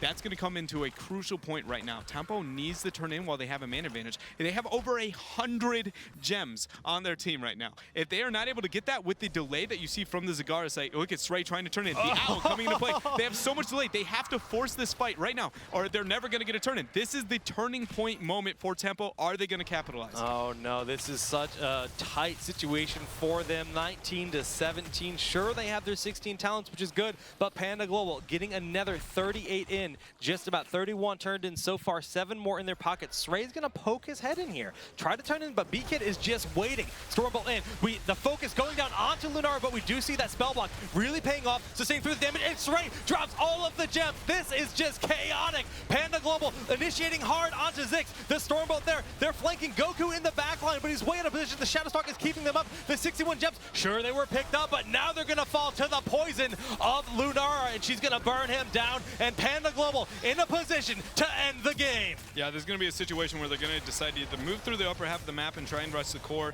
They're gonna go through the upper half there. Keep in mind, Nature's Calling is gonna be huge here. We have 35 seconds, 20 seconds before Johanna's gonna spawn. She only has a little bit of tools to actually stop this here. I don't know if Tempo Storm's gonna be able to deal with this type of situation. Honestly, Murden's gonna be taking up. Soldier has to get a huge poke, but keep in mind, he really doesn't have anywhere to get a flank on his opponents here. The core Jake now going down. We see the Nature Calling damage, 90% here, moving on to 80. Yeah, there is no stopping this Dreadnought, 70% left. Panda Global will be taking us to a game number 3, taking out Tempo Storm in game 2 here on Tomb of the Spider Queen. GG. I mean, phenomenal play coming off from Panda Global. Honestly, they did a lot of things really, really right there when it came to that game. And Tempo Storm, and at that very end, not trying to capitalize on a situation where they absolutely needed to try and make a comeback in that game. That was very much the fact that their composition, they decided to try and get that turn in while everybody was alive, right? They didn't force it while the Tassadar was dead. At any point, they didn't try to manipulate the map, try to force a 4 vs 5. Everybody spawned, but then guess what? Because their comp is very burst mage oriented, they didn't have any major cooldowns up. Tranquility wasn't up at that time. Sunder, I believe, was still slightly off of the cooldown. They didn't have what they needed to stand a chance in those team fights because they had no direct sustained damage dealer that doesn't need a heroic to be really heavily influential. They just don't have the ability to take that fight. So they take the worst case fight, and it loses them the game. And you saw how, like, it was all about getting the big Sundering, right? Sundering was, every time they won a fight, the Sundering was a big reason for that. And every time Thrall went for those big flanks, there was a Wisp or an Owl or Creep Spread just waiting to reveal his position. Panda Global was always very conscious about that. You can see here in the game, that Huge big maw, like this really secured them their advantage. The Force Wall follow-up. From here, the game was very even, but Panda Global secured themselves a lead in this game for the first time, taking a 3-0. Moving on in, we can see that stun onto Thrall, bursting him at the start of the fight, and from there, they managed to continue to advance their lead, securing level 16 for Panda Global. Absolutely, and it's just a situation where they just are dancing around over and over again, using that delay, using that sight. Huge Lunar Flare there from Psalm to lock raw stun there to lock in that kill there, and then there we go. That is the 70 gems Ray. Trying to make something happen there, and then the bank. And all the gems going all over the place there. And look at Goku. He's picking them up. He's trying. He knows how desperate those are. He throws out the Sundering in desperation to try to get out of this, but it's not enough, and that's pretty much what ended the game. If he backed away safely, do you think they could have defended? They could have. It doesn't. They could have defended because the turn-in wasn't available. This game only has a few points of actually being able to end the game on that map, right? And so realistically, their opponents, Panda Global, had no opportunity to actually get a turn-in for a large amount of time, and it would have been long enough for Saray to spawn and something to happen. He didn't need to risk those coins, but it did mean he was essentially trying to say that if they somehow did manage to get that moment to actually turn in, they wouldn't have a second one. They would have like a minor tempo swing, but if they didn't have like force a fight, they weren't getting anything major. That turn-in would have gotten a fort. Congratulations. Like way later in the game, we're at 18 minutes of when that fight happened, and it's like you got a fort. Oh well, okay. Well, so a little bit of an unnecessary risk going in to collect the family fortune. It was it definitely what secured the loss, but at the same time, it was like such a huge uphill battle. I understand why he made the play. All right, well, we will be going to Battlefield of Eternity as the third and final map here and round 1 of the group stage. Now, this is, of course, Group A. There's 2 groups today. We've got tons of action throughout the day. But man, we're starting off with such a close and epic match. Absolutely, it's phenomenal play from both these teams. And if we didn't think that Lunar was like an influential moment when it came to those first 2 drafts, this is the map that kind of brought her to the light, if you will, of the meta. It's going to be Battlefield of Eternity, where they're going to use that Nature's Calling to have heavy influence on getting a large amount of DPS there onto the Immortals. And so how they're going to play it out between these 2 teams, I think the draft, that ban on Zeratul, a lot of the manipulation, both these teams very calculated on what they want to do when facing each other here. And game 3, it's not only going to be epic, it's going to determine a lot for both these teams in the rest of the tournament. So last night, you and I went out for dinner with Dunk Train and Sea of Steve. And we had a bit of a very fun conversation talking about responding to heroes like Lunara, who have this very powerful late game. And Malfurion we saw as the response there, and it might sound crazy to some of the viewers, but you guys were talking about the power of Lili. Yes. Would that have made a big difference in that game? In that game specifically, a little bit. I don't know if I would have said, I would have to go reworking the draft and everything. I do think that she might be a soft response to that type of play. I think it is very compositional dependent. I do think the mouth picks have been direct responses to that, but not speccing into Rampant at 4, I think is absolutely crucial when playing that style of play. But yeah, no, Lili, no matter how much I might hate to admit it, she might be kind of a response because she spikes to that later game style play. And when it is on big maps where you make it to the late game, she's one of the few that can deal with just raw damage output. As long as nobody's like heavily sieged, she can actually do it. So I'm sorry, I've just tilted like even admitting this. Like somewhere Caleres is just smiling because I know Caleres is the biggest Lili fanboy. Oh man, I mean, I'm ready for adventure, I guess. Me too. Panda Global. Will they play the Panda? Well, I don't know. I don't know either, but it's going to be interesting how they round this out into game number 3 here. I think Lunara, Zeratul again, Stitch is going to be a huge talking point. I don't think Lili, sadly, will be a talking point when it comes to this draft. Crushing dreams, Dreadnought. It's just, that's what he was born to do. Crush little panda dreams. Absolutely. Do I think any variations of other heroes that I think are going to come into play? Personally, I think I'd like to see a Sonya come into play in this game. I want to avoid Thrall. I think that would be really important to see out of these 2 teams. I would like to see Sonya more than Thrall, largely because when it comes to the Immortals, she's very, very, very good at locking it down. Zagara is going to be a huge point in this game on this map because of how well she does with it. And I know it might be a little bold to say, but she definitely has a spot, if anywhere on this map, it's going to be Sergeant Hammer. Yeah, we've actually seen that in the past out of Naventic. They've definitely run Surgeon Hammer. We've seen Zuna playing Hammer. I mean, just the siege potential, the amount of control you get, but of course, Jaina, Frostbolt build, rising in power, a little bit better for single target damage. Yeah, especially with lingering to get a proc constantly on your Q on the map objective. So we could see that. We could see a change up in style of Jaina and Li Ming. We've seen her burst, but Lunara probably going to get banned. Like, you think so? I think Lunara, Zeratul are so high. I don't know. I don't know. There's a couple of heroes for both of these teams specifically, not necessarily universally for this tournament, but with this map and how these two teams play, the draft I think is going to break right now. So that Falstad is huge. So what this is doing on Tempo Storm's part, if they, so now they're going to say, okay, well, you have to pick Zagara now. There's sustained DPS in this situation, right? You need to lock in and we're going to take it. But now they're saying, if you take that, guess what? We've got a Zeratul. And that's been a huge talking point when it comes to these games. Is Zeratul's been such a chokehold point when it comes to these games. It's absolutely phenomenal. So like that ban, this is already start of a great draft when it comes to these two teams. They are like, do you want the Zeratul? Do you want the Zagara? It doesn't matter. Want the Li Ming? Whatever you don't want, we're going to take, and we're going to straight top deck and wreck with it. All right, Panda Global. Will it be the Zagara once again? It's been very prominent. You think about the safe poke with the Roaches and the Hydras to just throw on your opponent's Immortal in these kind of situations. It's very valuable. And then just the creep threat in general, the laning presence capability. Oh, called it. I love it. Now, there's going to be a Zagara response to this, absolutely, 100%, which is very good for the map objective. Like, it's just going to be a really heavy influential pick when it comes to the Falstad man out there. I really like this on the side of Tempo. Kind of a call out when it comes to this draft, but now how well they're going to be able to deal with the Zeratul is a different story. It's been a talking point for all three of the drafts here. We've seen Goku lay it down here. We're now going to see most likely what's going to be Maiku Doll on that type of situation. But past this, what is Tempo Storm looking for when it comes to the map objective? I personally definitely would like to see them moving towards an influential melee. They have the good solo laner. I think a Denial. Well, now with Zeratul too, is Panda Global going to be worried about a Thrall as a solo lane response? There's a lot of different weird situations when it comes to this draft, Jake. Yeah, but I don't know if we'll see Tempo run Thrall again. I think the Sonya might make more sense. I mean, as much as the Sunderings are a huge threat, they handled Goku so well in that last game. But Zagara Li Ming, safe poke, great presence versus the objective in general. Absolutely. I love it. No, I think Tempo has started off this draft with really great play so far. I do feel like the ban coming out from Panda Global onto the Rehgar has kind of hurt them a little bit too much. But Tacit are going to be locked in here as a kind of a little bit of a deny, a little bit of a synergy here. It's going to deny the Sight Oracle to remove the Zeratul, which is going to be really influential. What are they going to round this out? Oh my goodness. They're going to move on a Morales here. Morales, very early. Is this a setup for Cho'Gall? Yeah. It is. I think it's going to be a Cho'Gall So now Panda Global has to ban Cho'Gall. I think it's a Cho'Gall ban. There's too much safe poke.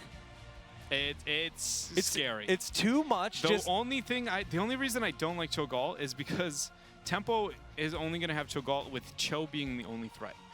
Typically, having Cho'Gall with somebody, it's kind of like Illidan, right? When you pick Cho'Gall, you don't want Illidan you want him to be the only guy who's doing things that is scary. Because if you all in Illidan, he's just dead. Yeah. And then you're like, okay, now imagine that being two Illidans just dead at one time, right? Like literally, Feels bad, man. 2/5 of your team is going to end up dying in that type of situation. So Tempo, without that lack of like a really kind of a hero that's going to be really out there with him in your face, I think Cho'Gall might be a little bit of a risk, but on this map with that free poke, the sustain, the Morales healing overall long term, I really like to pick up from Tempo. They're not worried. They go for the ETC What if they wanted ban? themselves? I mean, they can honestly just say, you know what? Hey, you want it, we're going to take it.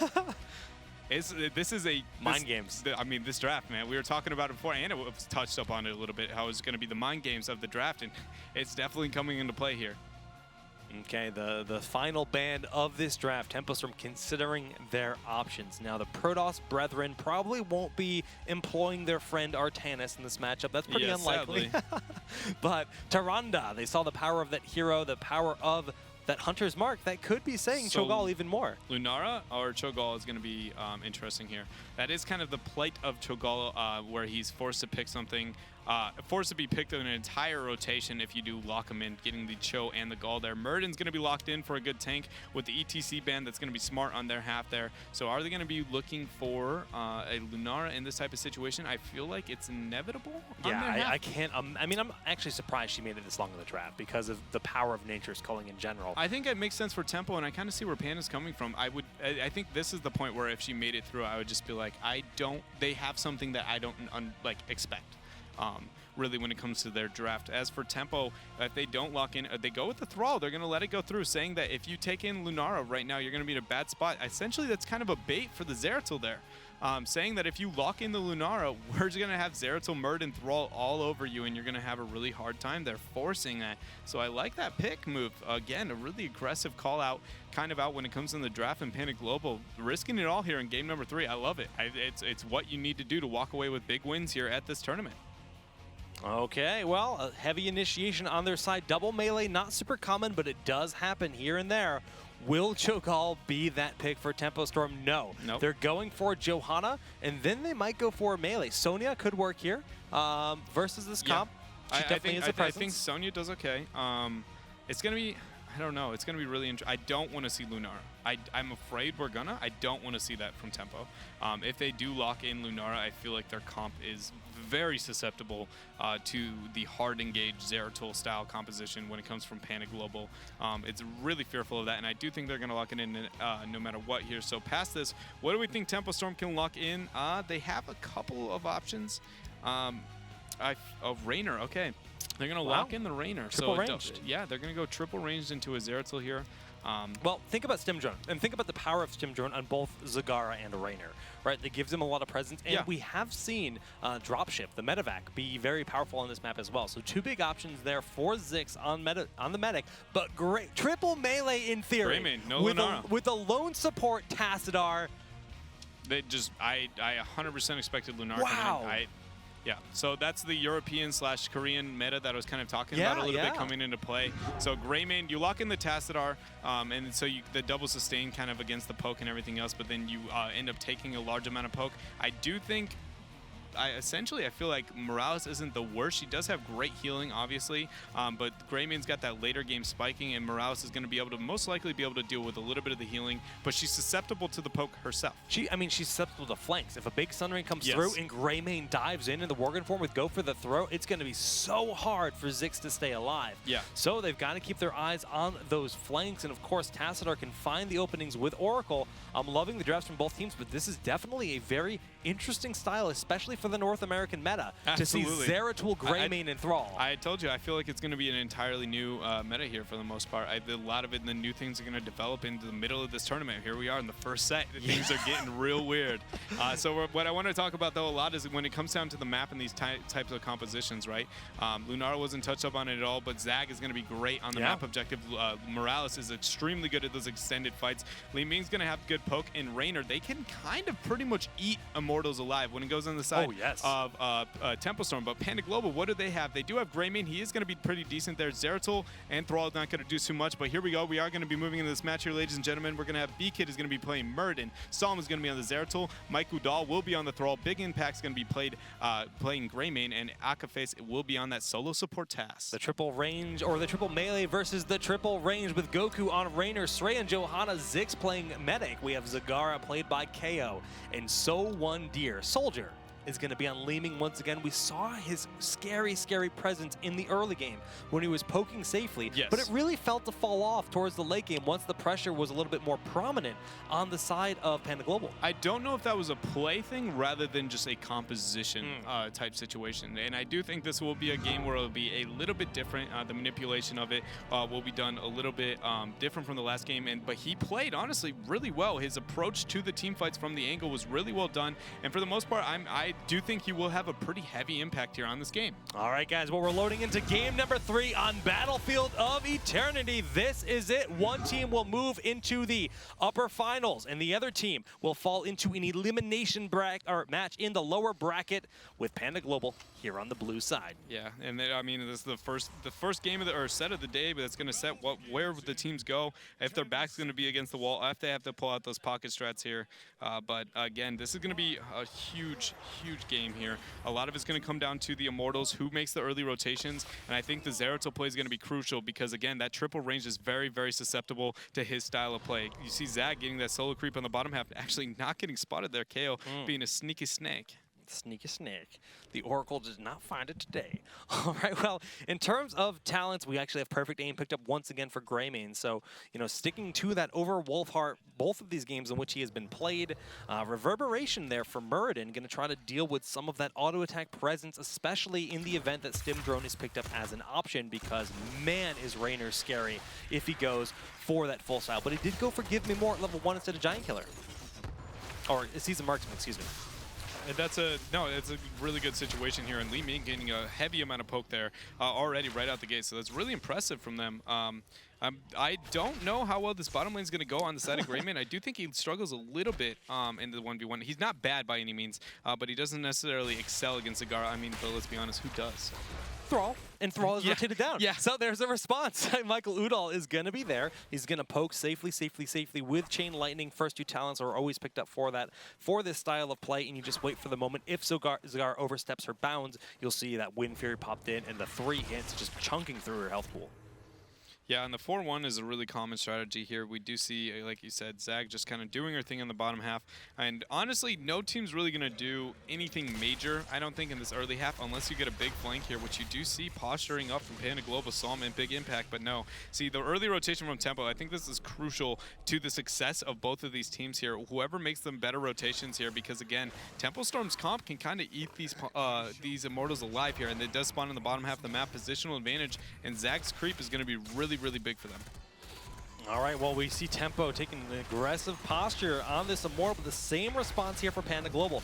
You think about Thrall's power just alone, and they're able to keep on up, actually, just slightly ahead. Yeah, no, they're in a situation where the early game for Zag and Raynor is not going to be able to do that much. Whether or not in the later game that's the same case, I do think actually Tempo will walk away with a loss here. Srey is blinding actually to make sure that that doesn't happen. Getting the pull really well done in his part. Whether or not Tempo's going to be able to make it happen though, I don't think that's going to be the case here, Jake. I think, oh my goodness, they actually managed to barely clutch it out on the side of Panda Global. A very close victory. The blind of Johanna nearly enough to stall out that damage. And I think a lot of that comes to just the late game scaling that comes out from Tempo's comp.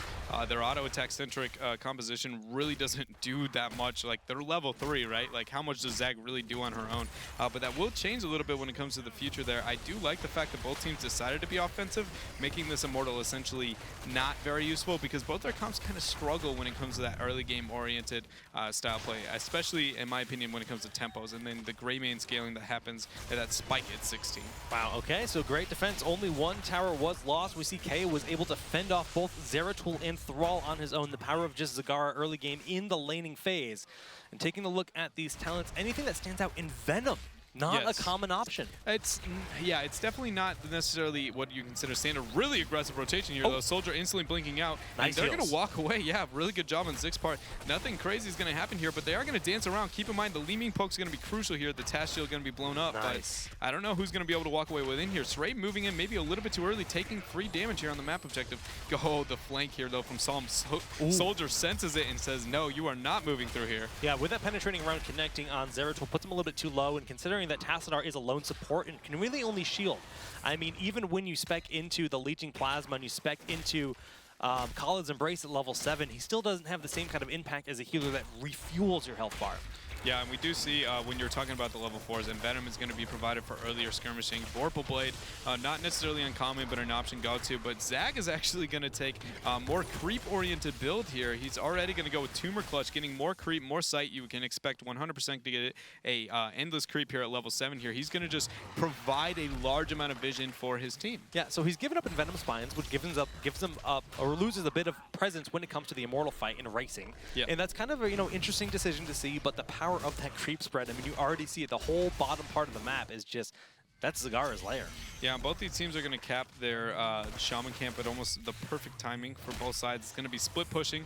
Who's going to dedicate the time to try and sit around and clear? It's going to be interesting and kind of just dictate who's going to walk away with his Immortal. If it spawns on the side, there they go. They do spawn on actually the opposite side of each one's camp, so it's going to be interesting. They're going to most likely proc the phase and then go and clear out the camp, but how fast and how many resources they clear to the camp is crucial. Tempo gets a big lead on that one, actually getting there a little bit sooner, and they do have a nice advantage going into the halftime show. So if it results in another race, this is very well in favor of Tempo Storm. Also very close to level 7 on both sides, just kind of passing in the night, but during the second phase, we actually have Panda Global position first, so it's going to be very close here. Yeah, and this is a situation where Panda Global knows that they aren't going to be able to win this, and they're totally okay with it. All they're doing is lowering the shield so it doesn't totally punish them, because they feel like they do well in the later half of the game. But on the Shaman camp wasn't that effective in the upper half, and on the bottom, it did, essentially both camps did nothing. So full creep build, creep build. This is not something we see very common whatsoever. And KO is just mashing that D key. One thing I want to talk about is that Goku's build going with Give Me More and then Fight or Flight is essentially so when Void Prison comes out, he can't be a killed target. Oh, man. They need that isolation, so he's ensuring the fact that right now, Medic, Li Ming has the teleportation, so she should be fine. KO and Medic are really going to be the only ones who are killable with that kind of isolation, and it's a really interesting decision to see come from Tempo Storm with their comp and whether or not it affects their scaling. Psalm actually has to blink there, kind of unfortunately getting caught out by Srey. And a lot of damage being dealt. We do see the Immortal still standing, and the fort will go down, so that's going to net Tempo Storm a nice experience advantage going towards level 10. No! The shield's just barely not enough from Tassadar. Yeah, and it's a situation where they do get a big lead. It will dictate the pace of, or the direction that the next map objective is going to be going. It will now be punishing up in the upper half of the map, but really they don't walk away with too big of an XP lead right here. Raynor is going to be in a little bit of a mismatch in the 1v1 on top for a small time, but realistically, both these teams are going to back out, get a little bit of Merc pressure. There's essentially, this map is kind of in really heavy phases, right, where the Immortals are really kind of everything that matters, and like in this downtime, it's just get a little bit of pressure, get a little bit of creep out, don't risk anything, because it's very hard to get a pick because of how big the map is. Yeah, that's very true. Well, level 9 to level 9, super even right now. We do see Zeratul is going to start working on this top Khazar camp. Raynor not at all capable of pressuring that, considering that Michael Udall also here on Thrall. So we're just going to have the trade of the Mercs. Mercs already being cleaned up by Panda Global in the bottom of the map, and level 10 will be reached very evenly to Goku. Nice penetrating round, not face checking. Yeah, and they play a little bit passive here, but the huge rotation. This is going to be a 5 versus 2 here on the upper half. Udall is going to be going down. That is going to be one dead Thrall. The reset's going to come out, but Psalm says, you know what, I understand that you're not going to be able to survive this. Whether or not they're going to actually push this top fort here, Murden's still showing in the bottom half. They have 10 advantage. Whether or not they're going to try and maximize this could be risky once Thrall survives, but up until that point, it will be a free fort now. A really big spike in advantage there coming out from Tempo, even being willing to burn the Hyperion and understanding they're going to capitalize while Thrall is dead. That guarantees the death of this fort, but we're talking about a heroic that has been spent. Long cooldown, 100 seconds there for Hyperion, and this does give enough time for level 10 to be reached. Now the respawn there on Thrall. Thrall's back in action, ready for the next Immortal phase, and they have spawned on opposing sides. I think that use of Hyperion is going to be really detrimental to Tempo if they decide to take this fight here. You see both teams playing safe here. I'm surprised that Panda Global doesn't try and get that poke on their opponents. Like we were talking about that triple range, right? Like that they're not sitting there trying to contest their opponents at any point. It's really interesting. They lock in the 10 here. And like I said, I feel like this is going to be good. The triple range here is going to be really susceptible. Wow, that poke. Yeah, the poke coming out from, keep in mind, KO as well can eat those things alive. So like they really need to keep track of where all 5 members of Tempo are. Tempo is a little split up. Srey getting caught out by the force ball, and they're collapsing onto the back. Sundering still a big option. We actually see the stim drone has been cast, so Tempo Storm trying to fight back. The pink Raynor, so very festive for Valentine's Day, not able to do as much damage as Goku would like. But the problem is that they just burnt stim drone and got nothing, and they didn't burn Void Prison. So they're in a situation where they have all the ability to force the engage here, and you see it right now. Oh, the Sundering does go out, but the Maw buying some space. It's just connecting on one target, but forcing them back. Force wall lock them in the backside. They're collapsing onto KO, and Zagara goes down. Will Goku be able to retreat? It looks like the rest of the team is getting out, and Big Impact is rather low. Needs to be careful. Remember, there's only Tassadar as shielding, so Tempo is actually a little bit willing to re-engage this. Yeah, it's one of those situations. Oh, goodness. They're going to try and get on the map objective here. This is a little bit risky here. This is a 5 versus 4, keep in mind. mind. And Zix, they're dancing on their objective, and they're trying to delay as long as possible. A lot of it comes down to the fact that they decided to try. Oh, they're going to actually make a really aggressive rotation here, try and beat their opponents. I think they're not going to be able to do it, but it's going to be a little bit close. If they burn Stim Drone, though, they need to force a VP if they aren't going to get anything out of it. Okay. They didn't rotate. Psalm looking for the VP. A nice shine there from Sray, getting eyes on in the forest wall, just buying them a little bit of space. Sray getting back into position to start pressuring this Immortal, giving Soldier the room he needs to just throw out those skill shots. And Hyperion off cooldown, being cast very early. This allows Tempo to safely re-engage under that, but they have to worry about this flank on the right side. The Hyperion is going to secure it there, and this is going to be a huge fight here, Jake. Sorry, I was trying to calculate if that's going to happen. Goku, give me more coming into play there, and a huge reset. The beautiful knockout, the damage from that Li Ming is just shredding through the team. Big Impact does manage to dodge the magic missiles, but that is going to be another Immortal for Tempo Storm. Yeah, and that really comes down to the comp. Really well done on their part, and they're going to end up walking away with probably a front wall here. They have no Hyperion to get a big amount of siege here. It's only going to be a quarter shield here, but really Tempo Storm losing a player and still walking away with a win there, and that really good decision making on their part here. Li Ming, Soldier, how he's been playing that around, getting that massive poke on the map objectives, really what put them in this situation. So really well done in his part. Goku trying to survive here, but the flank coming from above. They got Sundering, they got VP, and they have the double flank coming out here from Panda Global. Tempo Storm trying to get out. Not a very good VP or Sundering, but they do seclude onto Zix. They take out the medic, and Tempo Storm just needs to retreat from here. So well worth the heroic cast. But it's to what end? Look at their keep. Was that really worth it? Congratulations, you killed a medic, but what did you actually gain in that situation? The keep is now going to be a chokehold point at all points of the game. So now the next Immortal, right, it's going to be threatening the upper half of the map. Tempo Storm is going to be able to go to bottom, secure 100% the fact that they get a keep. They might be able to do it at any point.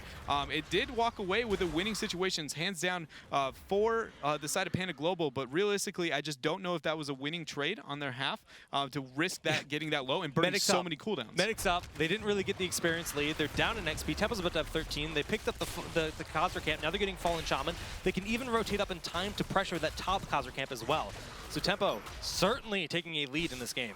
Absolutely, and they've done really, really well. I've been surprised that they've been able to do the map objective, the Immortals getting those Punisher or the Immortals damage down as well as they have been able to this game. They've done a really good job of that and had very crisp rotations. They do pick up the 13 tier advantage here, and look at that. We do see out of Raynor, we're going to go Relentless Leader, very much wanting to ensure the fact that he is not a killable target. Yeah. You see coming out from Zix, he actually goes with the Spell Shield as well. They do not want to risk that opportunity to die. I mean, all of this, it's all about sustain. Illusionist as well to get Li Ming out of even more dire situations as well. They're just saying that, okay, that's the only way that we feel like our opponents can win. Look at, remember that. This. Yep, that's a situation Zix showed, so now they have the full commit, but it's one of those situations where it doesn't matter. Now guess what? That's going to be poking the entire game. Again, that was a lot of it came down to the engaged decision-making out of their opponents there, and now they're going to have Catapults sieging that bottom map while the Immortals are going to be spawned. So the longer the Immortal fight goes, the better it's going to be for Tempo Storm here in this game, and this is game number 3. It is crucial how these next couple of minutes get played out here, Jake. Look at Sray.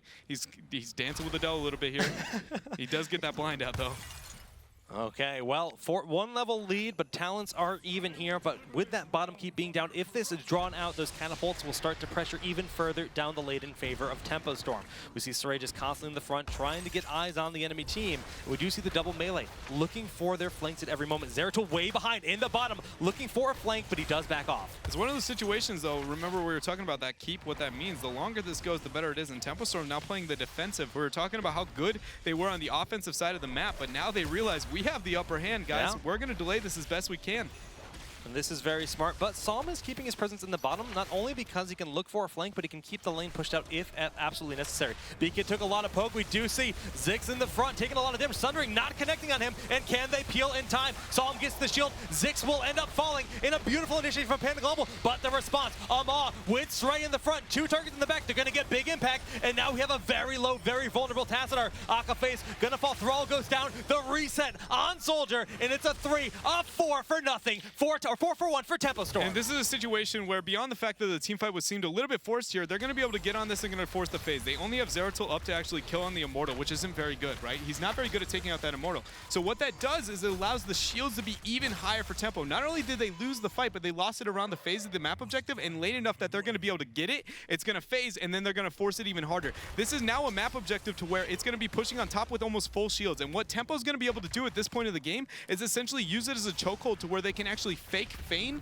by going for the core and using it. It's where you either answer with that or we threaten your core, especially if Hyperion gets up in this amount of time. This is an absolutely colossal turning point for Tempo Storm, and whether or not they're going to be able to maximize their capitalization here, Jake, is going to come down to the next couple of seconds. Well, Dread, yeah, like you said, this is going to be a dire situation. Not only that, but level 16 advantage on the side of Tempo Storm.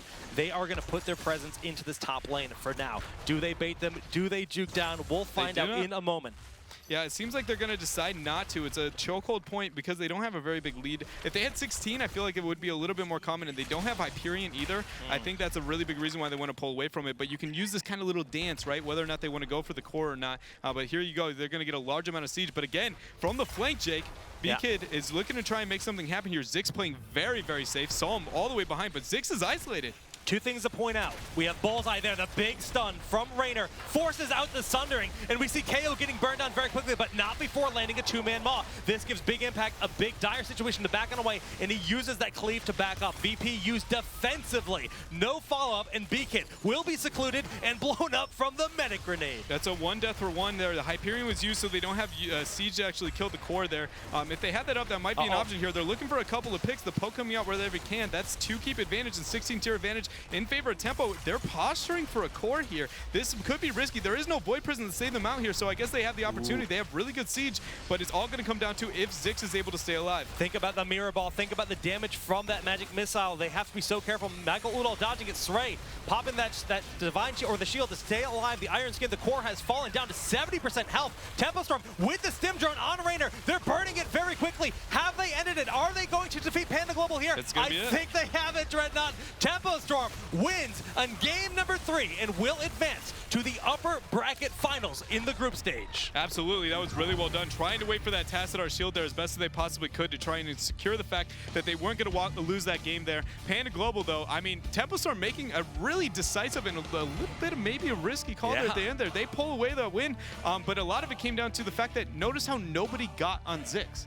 That medic is one of the better sieging heroes because you're like, normally when somebody gets on the core like that, right, you're like, just kill who's on the core. Remember I was talking about that game 1. Uther, just kill whoever's getting hit by the core. You want to isolate people as fast as possible, but guess what? Medic has legitimately infinite heals if he has Panda. So it's one of those situations where it's like, if you don't get on Medic, they're going to win. And it took them a very long time to get to that point, and it walks away with a barely... I mean, you saw Soldier just zoning for Medic the whole time. And he did a very good job, but it's one of those situations where it's like, if that didn't happen, I don't know if Tempo actually walked away with a win there.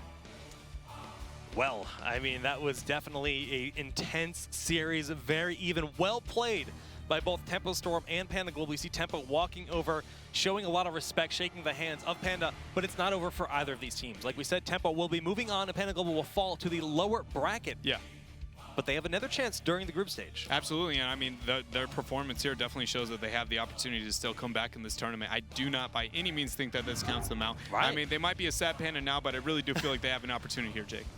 I mean, we saw this play here, the VP going down, the Sundering only connecting and locking down the Medic. They pick Medic off early, and this looked like a big win, but you see that two-man Maw in the position of Srey to force Big Impact into a bad spot. Soldier going in, getting killed, and then the reset on Medic. Meanwhile, not getting the value there, but the kill goes down. Goku has been 1v1ing on the upper half of the map the entire time, and because he's got that give me more in like a 1v1 style build, he legit just goes, oh, you wanna go blow for blow? Because he's like, I'm gonna be healing up a lot here, boys. Man, Raynor in a 1v1 with that build, when you go for Give Me More, he's just disgusting. Absolutely. And once you have Bullseye too, the 1 second stun. He's very hard to deal with, and that was exactly what happened in the type of team fight. So, I mean, and it plays out for Tempo Storm. They walk away with a pretty, I don't know if I'd say convincing, but definitely great win when it comes to some of those games. I mean, a hard-earned win probably makes the morale feel even better, right? You just played hard. You won a victory that honestly means a lot because this guarantees them a much stronger spot in the bracket, or at least for the group stage. At least, yeah. I mean, it increases the chances. Like even though they only win one set right there, it involves a lot of opportunity when it comes to how they can play the rest of the tournament when it comes to getting to Korea. So it's going to be interesting what they do here, Jake. Well, I think we are actually ready for an interview with Anna Prosser. Take it away. Hi guys, I'm here with Srey. I get to talk to him a little bit about the game. And Srey, is this the first time you've gotten to do an interview on stage? It is. It's the first time I'm doing an interview. Usually KO does that stuff, so. Well, awesome. I'm glad we get to see a different face. And I was really excited to have you up here because I was sitting right over here by Tempo Storm and hearing you guys shouting as loud as you could, making calls and all of that. And I know a lot of you have mentioned to me how important it is that the voices of everyone are heard. Can you tell us a little bit about what it's like on your comms during these games? I mean, I'm shot calling. Everyone's giving input. The person you're hearing is probably Zix. He likes to hype us up, which we appreciate. But I mean, there's nothing really unusual about our comms. We kind of just share it amongst us. So. Were you expecting the way that this match went? Did you expect a 2-0, or did you think Panda Global was going to be able to pull out that second game? I mean, we expected the 2-0, but we weren't surprised that we dropped a game. I think the Melf pick kind of messed us up. Because Goku obviously had some trouble trying to flank and stuff. He was getting picked off. That's mostly due to the Uther or not picking Uther and picking Melf. So. I know that the casters had some theories on why you guys made some of the decisions you did. Casters, do you have some questions for Srey? Yeah, I mean, first of all, again, what was the decision making for Melf over Uther? Is it because the lane clear from Moonburn? Because I found that very intriguing. Because the vision, I mean, we saw the Wisp and the Owl, everything constantly just showing your position on Goku and ruining your day. Yeah, so the issue, why we picked Melf is because they have Zagara. Did they have Tassadar? I can't remember. They did. Yeah, they had Zag, Tass, and they had Lunara. So, I mean, that's pretty sustained damage. So, Melf is a sustained damage healer. Uther is not. So, if you're playing Uther, you're going to get poked out pretty hard. And so that's why we went with Melf. But, I mean, it obviously didn't work out because Goku was trying to dive in the back, and you needed Divine Shield or some kind of hard sustain like in the middle of the fight. And Melf also is he was getting killed before Melf even got Trank off, so that's kind of why we picked it though, because it's the same damage that they had. And then they picked Ronda, I believe, so that definitely helped them burst down targets. Anything else from you guys? I know that you had a lot to say about that, Dreadnought.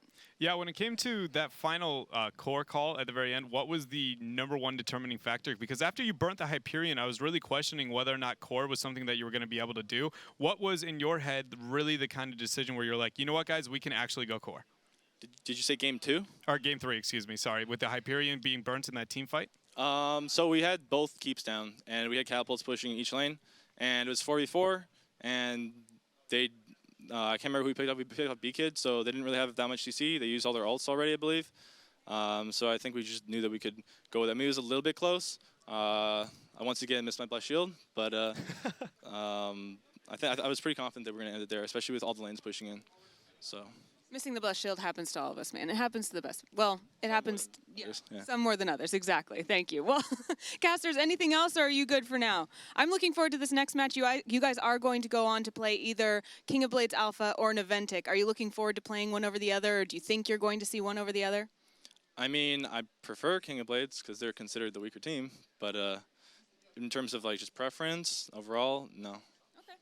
Well, I have one more question because I was sitting over here kind of listening in on your comms. I heard Zix say, guys, we need to win this game because if I don't become famous in HOTS, I won't get to meet Taylor Swift. Can you tell us about the plan that Zix has to meet Taylor Swift, or are you guys working together for that goal for him? Is that something that's really important? I mean, for him, it seems something that he's really dedicated to. Yeah. He likes to play Taylor Swift songs when we're trying to scrim. It can be distracting. He likes the gifs, the images. So, I mean, it's really a group effort just for him. You know, I mean, I don't know. Honestly, sometimes it's distracting, but I mean, he really likes Taylor. So. Well, maybe we can sing a Taylor Swift duet. I already have one planned, like a Space Jam duet with Dunk Train. So we'll have to figure that out later. Again, thank you, congratulations, Srey. Your team will move on. Very good job. And guys, we will be back with more Heroes of the Storm right after this.